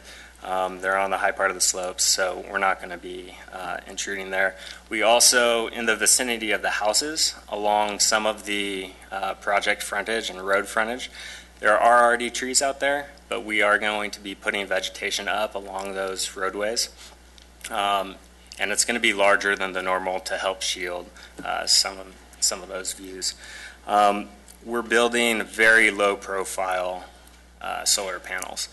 These are about 4.5 feet at height along the axis, and they rotate up to 6 feet, about 6.5 feet. So they are low profile. We're trying to manage that as much as possible. We realize that you are going to be able to see it, but we're working to mitigate that as much as possible. Okay, thank you. Thank you. Any questions? I do for Brian. Can you go through the decommissioning? I'm sorry, Mr. Hobbs, that's not how it works. Okay, thank you. It's my understanding that on the decommissioning agreement, that when they're done, or if they're done at any point, 180 days, it's back to dirt? Correct. Okay. And the roads that he spoke about, that Garrett spoke about, don't they have to treat those roads with a gravel? Yes, in some way they would have to treat them to minimize the dust creation. So there's no dust being created by any new roads going in? I would say there's no significant dust being created. Thank you. Mr. Carter? I have a question regarding the glare off the panels. I know you said that they were low profile, but that entire area is sloped from east to west, is sloped up towards the foothills. So that 4.5 foot elevation at the top of the slope is more like 8 to 10 feet. When the panels are canted to catch the eastern sun, that's going to shine, that's going to glare into that community nearest there at 76th. How is that being mitigated? Well, I think the panels are designed to absorb light. We understand that there is going to be some glare out there. One thing, when the sun rises in the east, the angle and direction of the sun is going to come and hit the panels and essentially reflect up. The community is over on the eastern side, so when the sun's setting in the west, the panels are actually going to be facing the other direction. So they're not going to be correct. Really it's the morning sun that I'm concerned with. I live there. This is why I'm asking these questions. Yeah. So I don't think you're going to see a ton of glare because the angle of the sun is coming and hitting the panels and going back up. There may be some glare, but it's going to be pretty minimal along the facility. Anyone else? Yeah, one of the things I know that we haven't spoken about, I think, the biggest concern as I have is the fact that we're putting panels out on a slope, and you spoke about that. But the alternative is we could also see 2-story rooftops. And so now we could get into a debate about whether or not houses at 2 stories is aesthetically appeasing as a panel, and I'm not quite for sure. I think that's back to somebody's opinion. Because right now we're speaking about taking this land and taking it from housing, and I'm sure you took a look at that, because obviously there's going to be a significant decrease in the potential impact of the land use out there. I suspect that the investors in this project will probably take a look, and in 20 years, if it's more feasible for it to be stripped of the panels and put back into housing, if we've reached that far, I suspect that they'll probably end up making a request, coming back in and putting houses on it. But to me,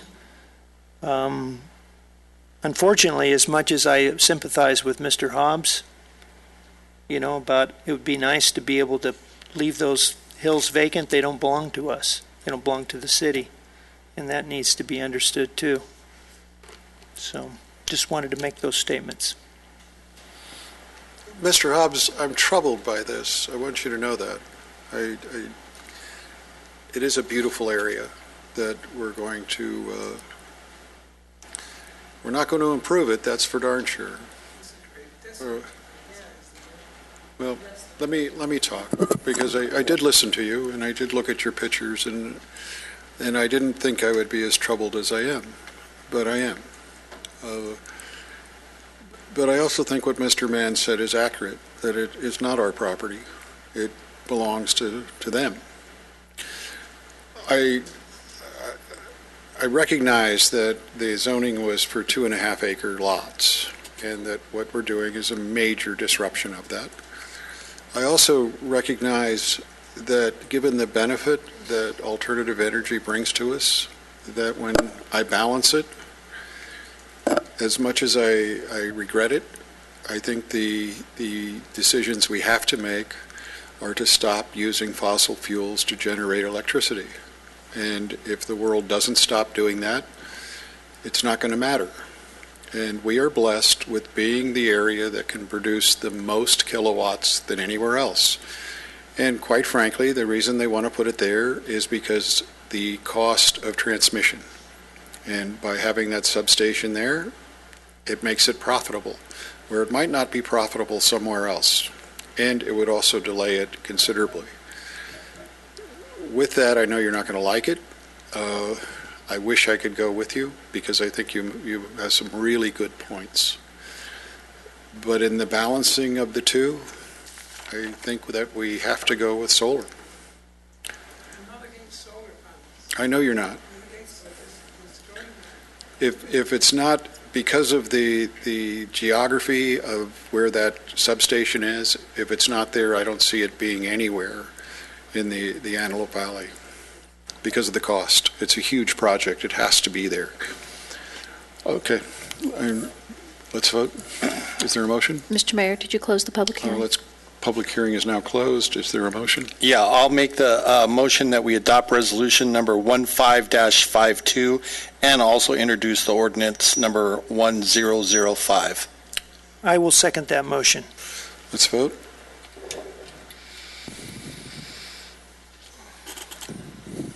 Thank you. Okay, new business item 1.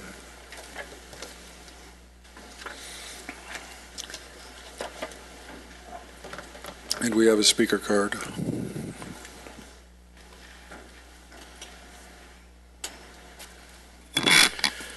Mayor Paris, members of the City Council, what's before you is an amendment to Title 15 of the Lancaster Municipal Code. What that would do is essentially bring the city into line with the requirements of the state government code, which now has requirements placed in it that you must adopt an ordinance for the streamlining of the permitting of rooftop solar. Now, we've been doing that. So, Mr. Reeves?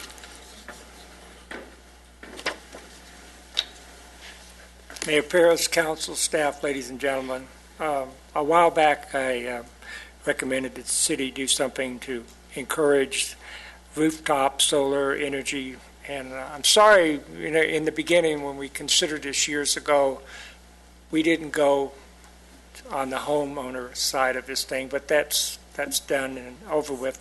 However, I'm glad the city has stepped up on encouraging people and helping people with low income get solar panels if they can. I think that's great, and that any lesson of the electric bills is good for everyone. Thank you.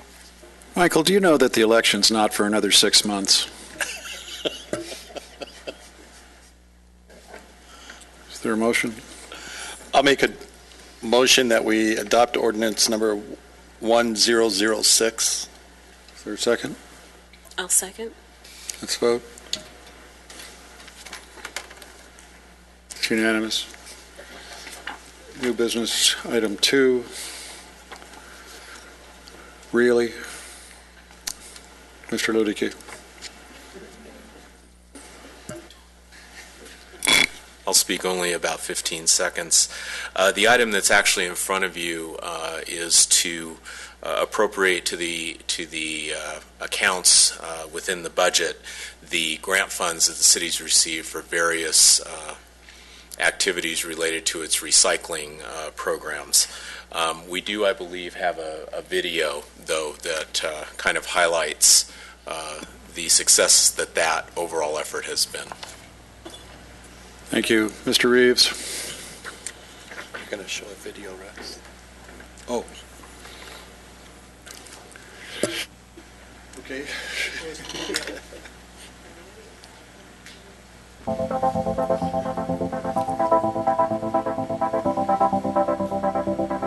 recycling center has been in operation a little over 3 years, and the idea behind it was to give our residents an opportunity to more easily dispose of those things that shouldn't go in the regular trash and that we certainly don't want dumped out in the desert. Since that time, we've started taking e-waste, used oil, used cooking oil, antifreeze, all types of batteries, and labeled paint. This past July, we collected over 63,000 pounds of e-waste, and last July, we collected 35,000 pounds of e-waste, so this is about double last year's collection points. In the past year, we collected over 591,000 pounds of e-waste, over 13,000 gallons of used motor oil, and over 61,000 pounds of labeled paint at the center. E-waste and oil certainly are two of the biggest things that we've been taking. We're going to be expanding what we can take. That's one of the exciting things that's happening over the next few months with our recycling center. And we're going to begin to divert a lot more things that might otherwise end up in places that they shouldn't by giving people the option to dispose of them in a safe, legal, and effective manner. Last fiscal year, the city received a grant that's going to allow us to open up 2 satellite collection centers for used oil and e-waste on the outskirts of Lancaster. These centers will allow residents a convenient and easily accessible way to dispose of their used oil and e-waste, and will be open Monday through Friday from 8 a.m. to 5 p.m. The recycling center certainly saves us money in the sense that it reduces the demand for having to do cleanups in the desert and certainly some of the costly things that come with some of the material that might be dumped out there if there are more extensive cleanup things that have to be done. And we also have the opportunity to get some monetary return in revenue that helps us run that center. So during the week, the center is open Monday through Friday from 8 to 4 o'clock. We have a 24-hour center located up front. The city received a grant which allowed us to launch curbside e-waste and used oil collection. This service is available to all Lancaster residents and businesses simply by calling 661-723-5843 to schedule a pickup appointment. We really believe that most people want to dispose of things properly, and we wanted to make them have the opportunity to make that choice easily rather than make it difficult for them to do the right thing.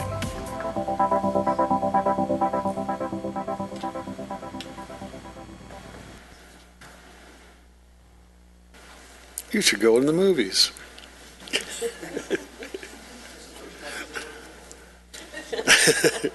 Okay, Mr. Reeves, let's hear it. This is the last time.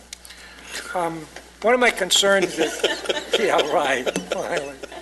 Mayor Paris, council, staff, ladies and gentlemen, one of my concerns is that, when we go to the market and we pay 5 cents, 10 cents for a glass thing or bottle or whatever, and then when we go to recycle it at the market, the guy will say, no, we don't take this because it had food in it, or some kind of fruit juice or something. So we don't take it. We only take it if it had soda, water, or beer. I wanted to speak to Assemblyman Lackey or State Senator Runner about this, because I think if you put the deposit down, you should be able to get the money back irregardless of what the product is. So I don't know what the city policy is, but I would hope that any container that we've had to put a deposit on will be refunded if the city is involved in that. Thank you.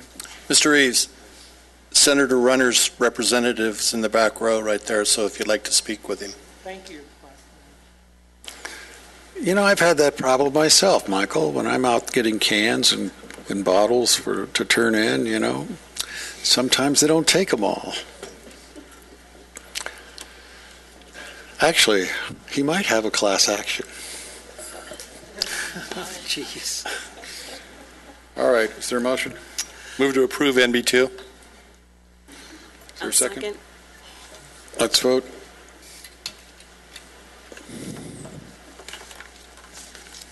It's unanimous.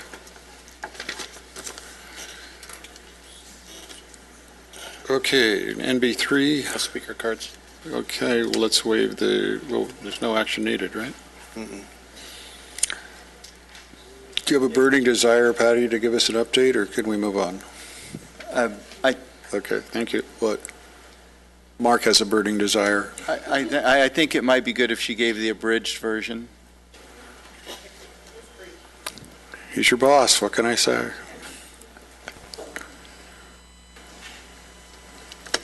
Good evening, council members and commissioners. I'm delighted to be here tonight to provide an update on a program that's been on the council's radar for some time now. Wait a minute.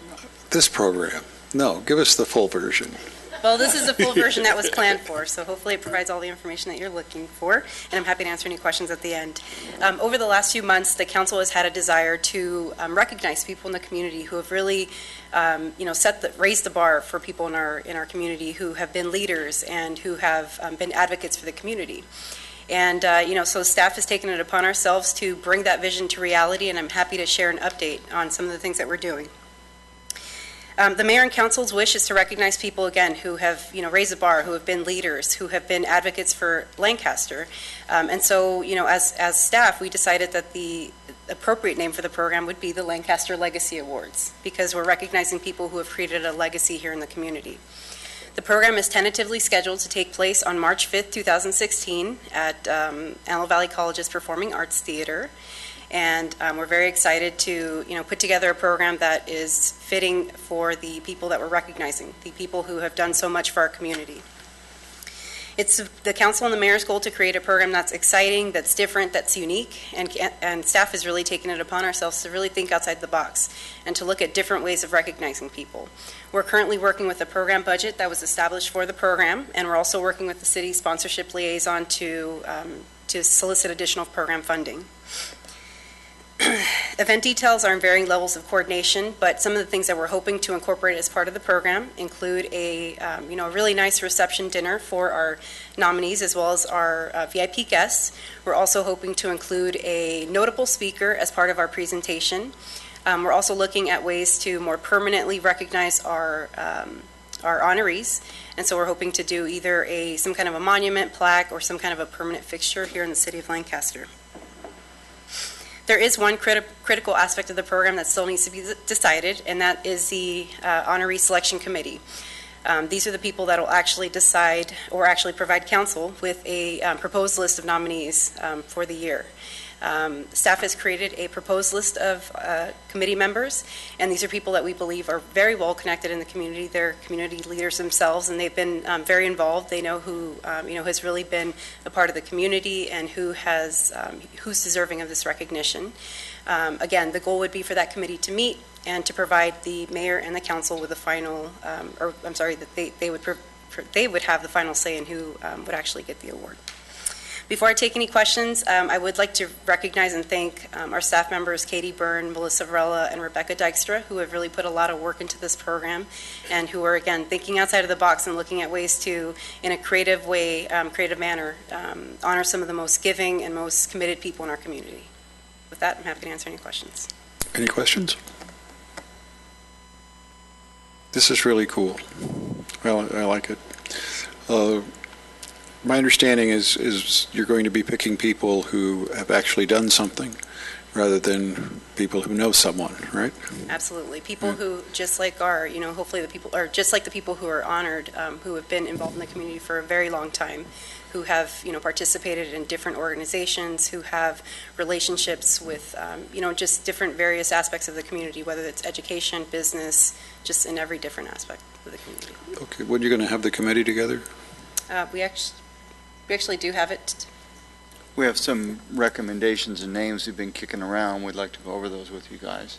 Okay, good.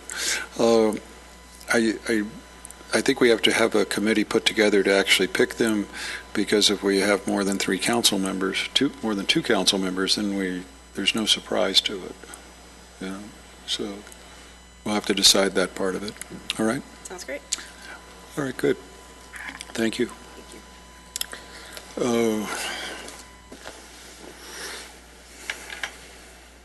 CA1. Did it? We did that. We did it. We did that at the beginning. Oh, that's right, we did it. I was wrong. Yeah. Did you give him the key to the front door or the back door? I was going to ask you about that. Change Just the locks. The key. Already taken care of. I'm okay if we do it again. All right, council reports. We have a birthday. City Clerk Britt, it's your birthday. You want to stand up? We'll sing you happy birthday. We have no. Well, I want you to know, Britt, that our heart is singing happy birthday. Okay. How come we're not singing happy birthday to Britt? I think we need to do that. Happy birthday to you. Happy birthday to you. Happy birthday, dear Britt. Happy birthday to you.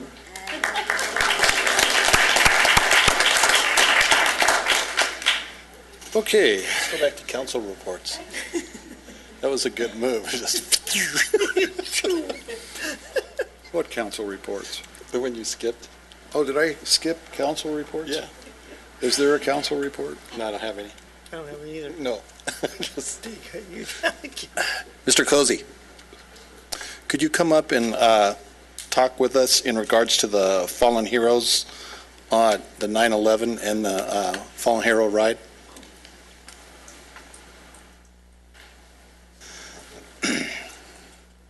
I told you I'd pay you back. This is what I'm glad to do. On September 11th, which is this Friday, we'll be having a 9/11 remembrance ceremony at the Antelope Valley Mall. We do it every year. It is to remember those who went before us in the attacks that happened back in 2001. We will have a ceremony that it's a poignant ceremony. It starts at 9:30, and it ends with a little flyover with agency aircraft. This 9/11 ceremony is something that was developed with the Fallen Heroes Committee. These are Antelope Valley business people and concerned citizens that got together and decided to put make a mark on the Antelope Valley by placing a memorial for the events that happened at the Antelope Valley Mall. They got together and funded it. So every year we go through as a fire agency, as a sheriff's, other community leadership, CHP, as well as the Department of Corrections. We go through and we have this ceremony and basically invite all the residents of the Antelope Valley to attend. Very, very poignant. So that's happening this Friday. On October 11th, we will have a Fallen Heroes motorcycle ride. And that will be starting at Antelope Valley Harley, Davidson dealership. It's more of a remembrance for our local heroes that have fell before us here locally in the Antelope Valley. And that will be, like I said, it'll be on October 11th. So we're just in the planning stages of that, so there's more to come. It's not just a motorcycle ride, it's open to the entire public? That is correct. That is correct. And the 5 agencies, correct me if I'm wrong, it's the CHP, the sheriffs, the Department of Corrections, Forest Service, and the fire department. That is correct. Any questions? What time is that going to be on October 11th? It starts at 10 o'clock on October 11th. October 11th. October 11th for the Fallen Heroes motorcycle ride, and then we have the September 11th remembrance ceremony. At 9:30. At 9:30. Thank you. Anyone else?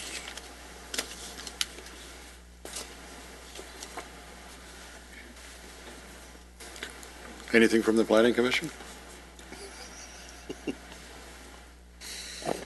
Just a brief report on our upcoming agendas. We have had and will have and continue to have a number of tentative track map renewals. since the state legislature still has not granted statutory exemptions, so we are having an opportunity to review maps that are 10, 12 years old and reconditioning them to current standards. Okay, thank you. Is there city fees that come with that? Yes. Yes, there's some level of city fees, not break the bank, but yes. So if we didn't approve them and made them do them over again, is there more fees? The answer would be yes. I don't know the legality of that, but yes. Find out. I mean, if they have a map that's 12 years old, I mean, for heaven's sakes, they're really not planning on building anything. We'll absolutely look at it. It's a good idea. We've been in a recession for 8 years. Yeah, but a project coming before us would be subject to the current fees, right? I believe they are. We don't, the commission doesn't take up fees. However, we do certainly evaluate the merits of any map. And however, it's challenging to discern who's real and who's a paper mapper, if you understand the term. Yeah. Well, a paper mapper is they just get these subdivisions, right? Right. In the hopes of flipping them. They have no intention of building anything. Right. And it ties up any future development or future planning that the city might have, right? To some degree, this is a capital. We are capitalists as opposed to other forms of government. So, what are you saying? Property rights tend to prevail. Well, we're not talking about property rights. We're talking about tying up a general plan, essentially. Well, actually, the maps must conform to the general plan. We're obliged that they in fact must. Okay, so what happens when we change the general plan and they still haven't done anything? Yeah, if they come back, that could be a very challenging opportunity for them. Well, if we approve it and we renew it, can we still change the general plan? City council. I mean, do they have a vested right in that? No. No? No, we've done, Okay, good. historically, we've changed We've property changed the- back. yeah, we've Oh, changed yeah, the general. historically. Yeah. Okay, thank you. So, we have an appointment to make on for Ron Smith's city council seat. The city attorney tells me we can't auction the seat off, so No, you may not. we are in a recession, In 2 weeks, I will announce the nominee. If anyone would like to apply, they should contact the city, submit an application, and we will consider it. Without that, if you haven't done that process, I'm not going to consider it. But we need the application submitted. Okay, any questions? Good.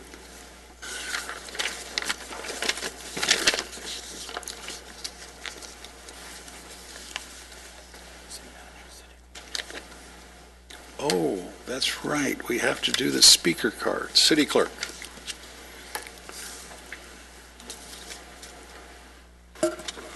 This is the time to address the City Council, agency, and authority on non-agendized matters. Speaker cards can be found on the back table of the council chambers. Individual speakers are limited to 3 minutes each. State law prohibits the City Council from taking action on items not on the agenda, and your matter may be referred to the city manager. Thank you. Heather Brown.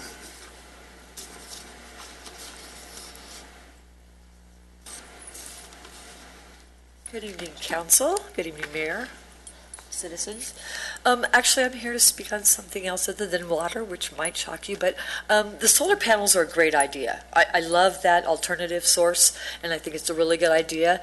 But being westerly winds, my concern is valley fever. I know there's been like an increase in that when the dust is stirred up, and what I'm concerned about, because I have 10 acres out by the large panel. It's on 103rd and Dawn, 10 acres right there.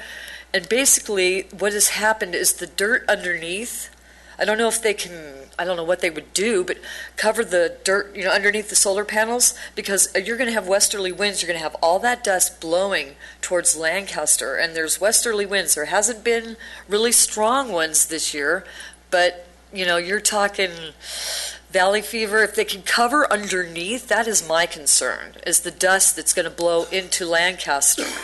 And also, they should consider this. The only thing that's going to live underneath those solar panels is going to be mice at first, because there's no predators overhead, no birds of prey to get them, and then rattlesnakes will follow the mice in. So you're going to have an increase of both of those mice, and then, the rattlesnakes, which, I'm glad there's something to get the mice, but you're going to have to take that into consideration. And I would think, I grew up here, as I know that you've lived here most of your life. I used to ride through the almond orchards on my horse out there on the west side. I've ridden all the way to Lake Hughes, and I just can't imagine that being all solar panels. I understand that they own that property, but there's got to be something closer to the hub, which I understand they need to be close to make it cost effective, so they can actually, so they can make it cost effective. I'm sure they're going to have to dust these panels off once the dirt starts getting kicked up out there. I don't know if they've considered that, but isn't there anywhere else less attractive or less, I want to say Mojave, but I know that's a national park, but something close that is not such a, all I can think of is, they're going to tear the west side up, and to me that was like a beautiful area. I grew up riding my horse through the almond orchards and all that. I can't imagine solar panels out there. I just can't. Right west of us, maybe east of us, but then that would, cause LA, like Lake LA to eat all of our dirt. But something to consider. Thank you. Thank you. Jason Zink.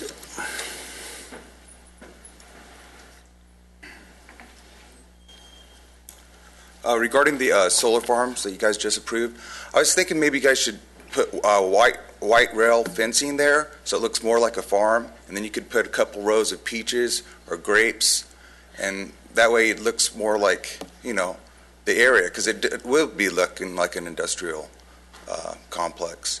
And we could make grape wine or something like that, and put the old-fashioned windmills out there. If there's any buildings, make them look like barns. That way it's more acceptable to the community.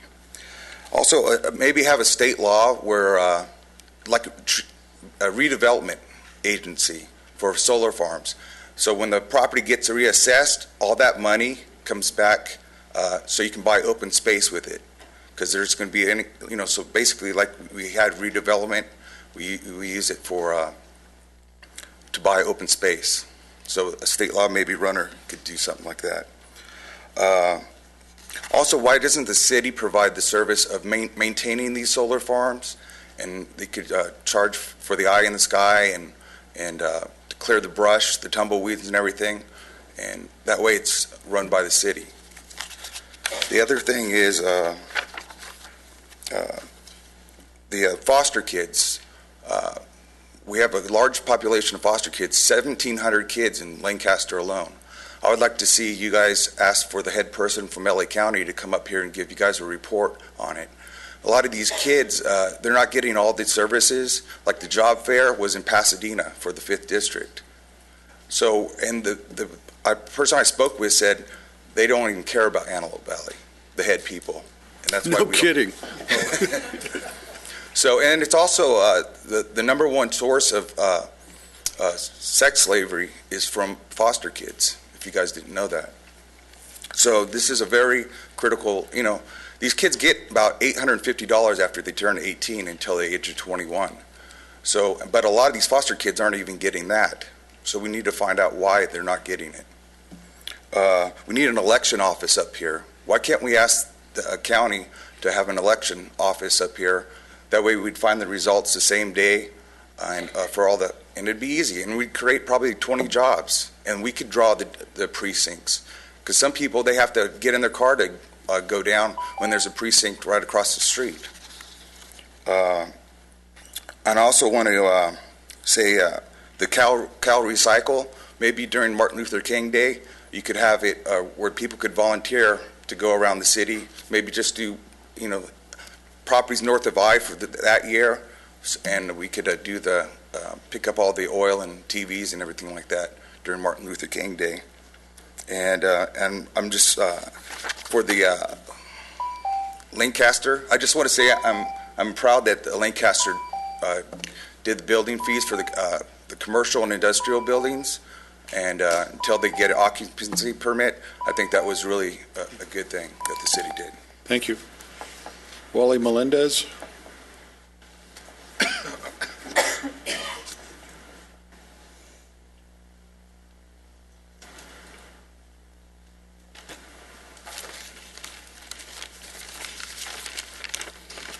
Good evening, City Council, staff, people of Lancaster.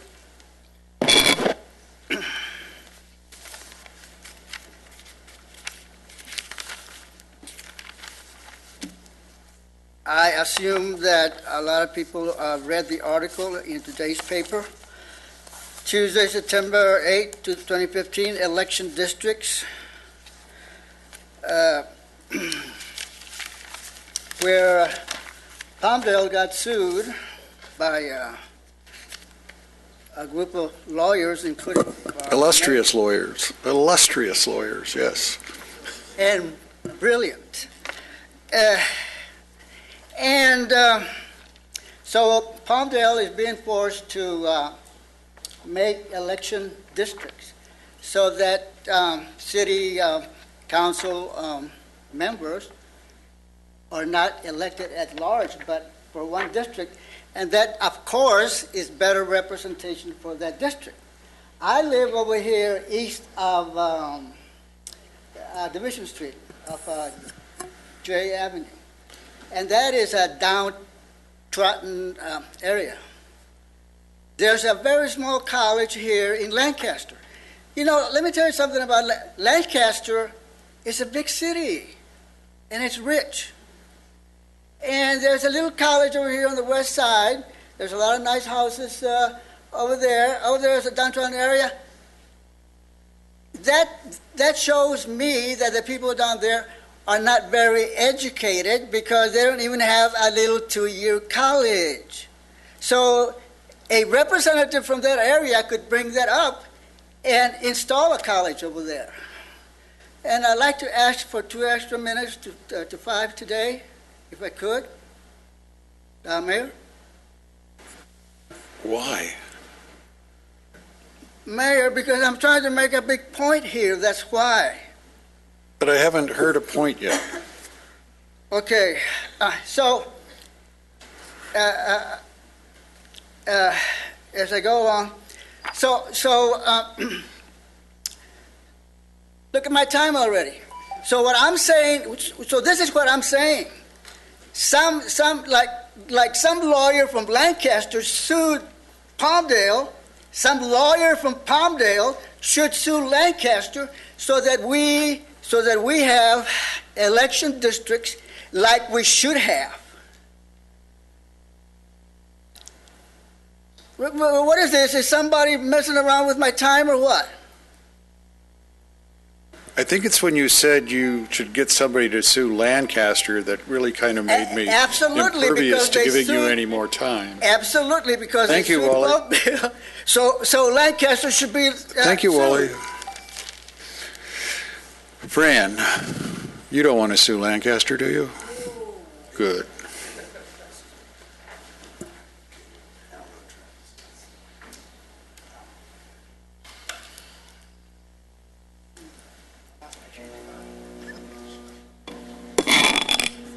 Thank you.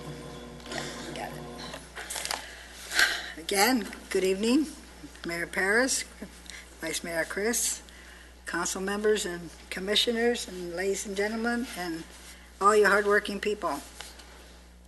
I was a little bit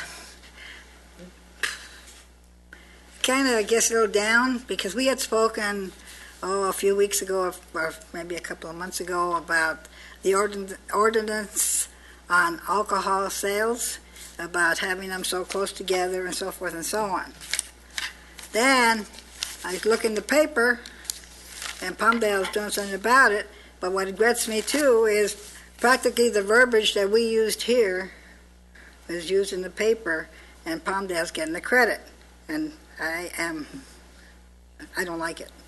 Also, another thing that now that I'm speaking on that situation, you, Mr. Mayor, Vice Mayor, and Council, are the ones that put up the money for our seniors to ride free, and instead of putting the bus at the senior center here in Lancaster, they put the picture of the bus in Palmdale. And I am against that. That's wrong. They should give the credit to where the credit is due. Let's see. One other thing on the beer brewery, the San Antonio Winery, real quick. That's the way they started, and they've been in business now for, I believe it's 90-some, almost 100 years now in L.A. I don't know if anybody knows San Antonio Winery. But they are in an industrial area, and they started basically like this brewery wants to start, Caniques. And now it's doing a fantastic business. When I had my restaurant, I used to buy my wine. I go long back way with them, long way. But anyway, it's going to be, I think it's a good idea. I have a few things that I have to speak on behalf of some of the residents here, and they have asked me to speak for them. And one is in regards to the homeless people still going behind Heroes Park, the amphitheater, and sleeping there, and dressing there, and having obscene things, doing obscene things there. And she's very concerned about that and scares her to death. Also, the senior center, another concern of one of my other people is the security around the senior center, because I think we have 2 security guards, but they don't seem to be doing their job.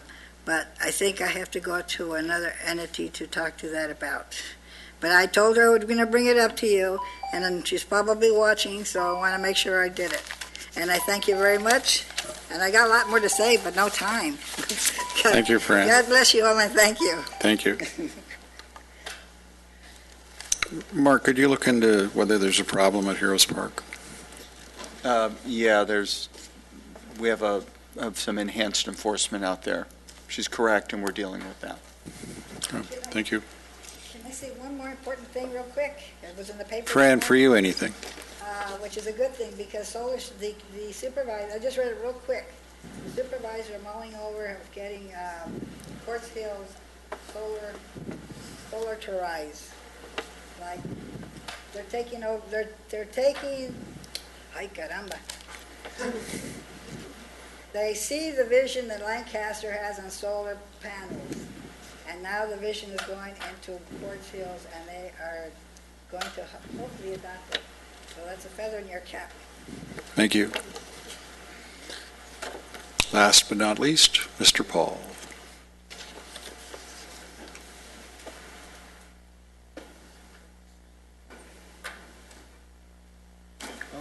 We skipped him. Mayor, Vice Mayor, Council, good evening. Really? I just wanted to show you what 60 looks like. I too had a birthday. And I realized that perhaps I have an unfortunate advantage that I shouldn't take advantage of. You know, I have a life-threatening illness that requires me to work out every day. Otherwise, I shrivel up and die. But you're colorblind. Yeah, absolutely. Absolutely. So, it's supposed to be a red S. Well, I have another cool one for the Heroes Night Out that I'm going to wear. But you know, I just wanted to say thanks again for everything to y'all. I reactivated, Mayor, because you stimulated me at the press conference with your Jefferson talk, a course on Jefferson. I have to sit and do it on my iPod, but you know, it's not as good because my Mac isn't. And if I slim off the last 20 pounds I need, I just want to know if I'll be eligible for the $5,000 prize at the end of the year, because I need a new computer. So thank you. I'm getting in shape for you, Mayor, We're going to get to this thing, and it's going to be fantastic. Thank you. David, I probably have a computer. Give me a call tomorrow. David? Yes, sir. Call me tomorrow. I might have a laptop laying around. Okay. Okay, is that it? Now we have the city manager. I skipped you in a hurry to sing happy birthday. That's okay. It was well worth it to embarrass Britt anything. Although I'm a little concerned, you know, she's a loyal employee. She's been around a long time, and you didn't give her a cake. To say nothing of a gift. Did you get her a card? Someone did, yes. That's pretty weak. We did wish her, everyone wished her happy birthday and made her life very enjoyable. I think my wife has some leadership books you might want to look at. She gave me those once, actually. Two announcements. First, we have Celebrate America this Saturday from 5 to 9 on the Boulevard. Should be a real fun time. The story the mayor told at the press conference was very engaging and, as he said, totally untrue, David. I'd hate to burst your bubble. It's as true as that cherry tree nonsense. That's true. The other announcement is more serious.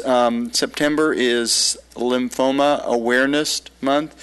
A lot of the staff members, led by Jocelyn Corbett, have gotten together, and we're going to raise money and work with the community to raise money to go to blood cancer research in honor of Kelvin Tainatongo. That's what these ribbons are for. Also, we found out that Jocelyn has this freakish thing about fake mustaches, so September 29th will be Fake Mustache Day. Also, for $5, if you donate, you get a fake mustache, and you get to wear it September 29th. Don't know the connection, but yeah, it's odd. And then the last, Mayor, I imagine you'd like to talk about BYD at some point? They're at their news today? Yes, BYD has been selected by the state of Washington as the best bus by far of any bus ever created in the history of mankind. That's actually true, isn't it? And in fact, it is so good that they have said that any entity in the state of Washington can buy it without doing a request for proposal or bids, because it is that superior of a bus. That is a huge step, because you have a whole state doing that now. Get ready. That place is just going to explode with jobs and growth, and I'm just really happy. I knew it was going to take off eventually. I'm gratified it's taking off so soon, and that's even before they start building the UPS trucks and the other delivery trucks. That facility is going to be absolutely huge, and think about it. The medium of exchange, the Antelope Valley, will no longer be EBT cards. We'll all have jobs. I think that's great. Okay, anything else? Why are you grinning over there? The City Council will now move to closed session we don't have to go to closed session? No closed session tonight. Then why is it all highlighted like that? To keep you on your toes. Okay, praise God. No lawsuit discussion this evening. We will now close the meeting. The City Council meeting is adjourned until Tuesday, September 22nd at 2015 at 5 p.m. Carol, I'm coming home.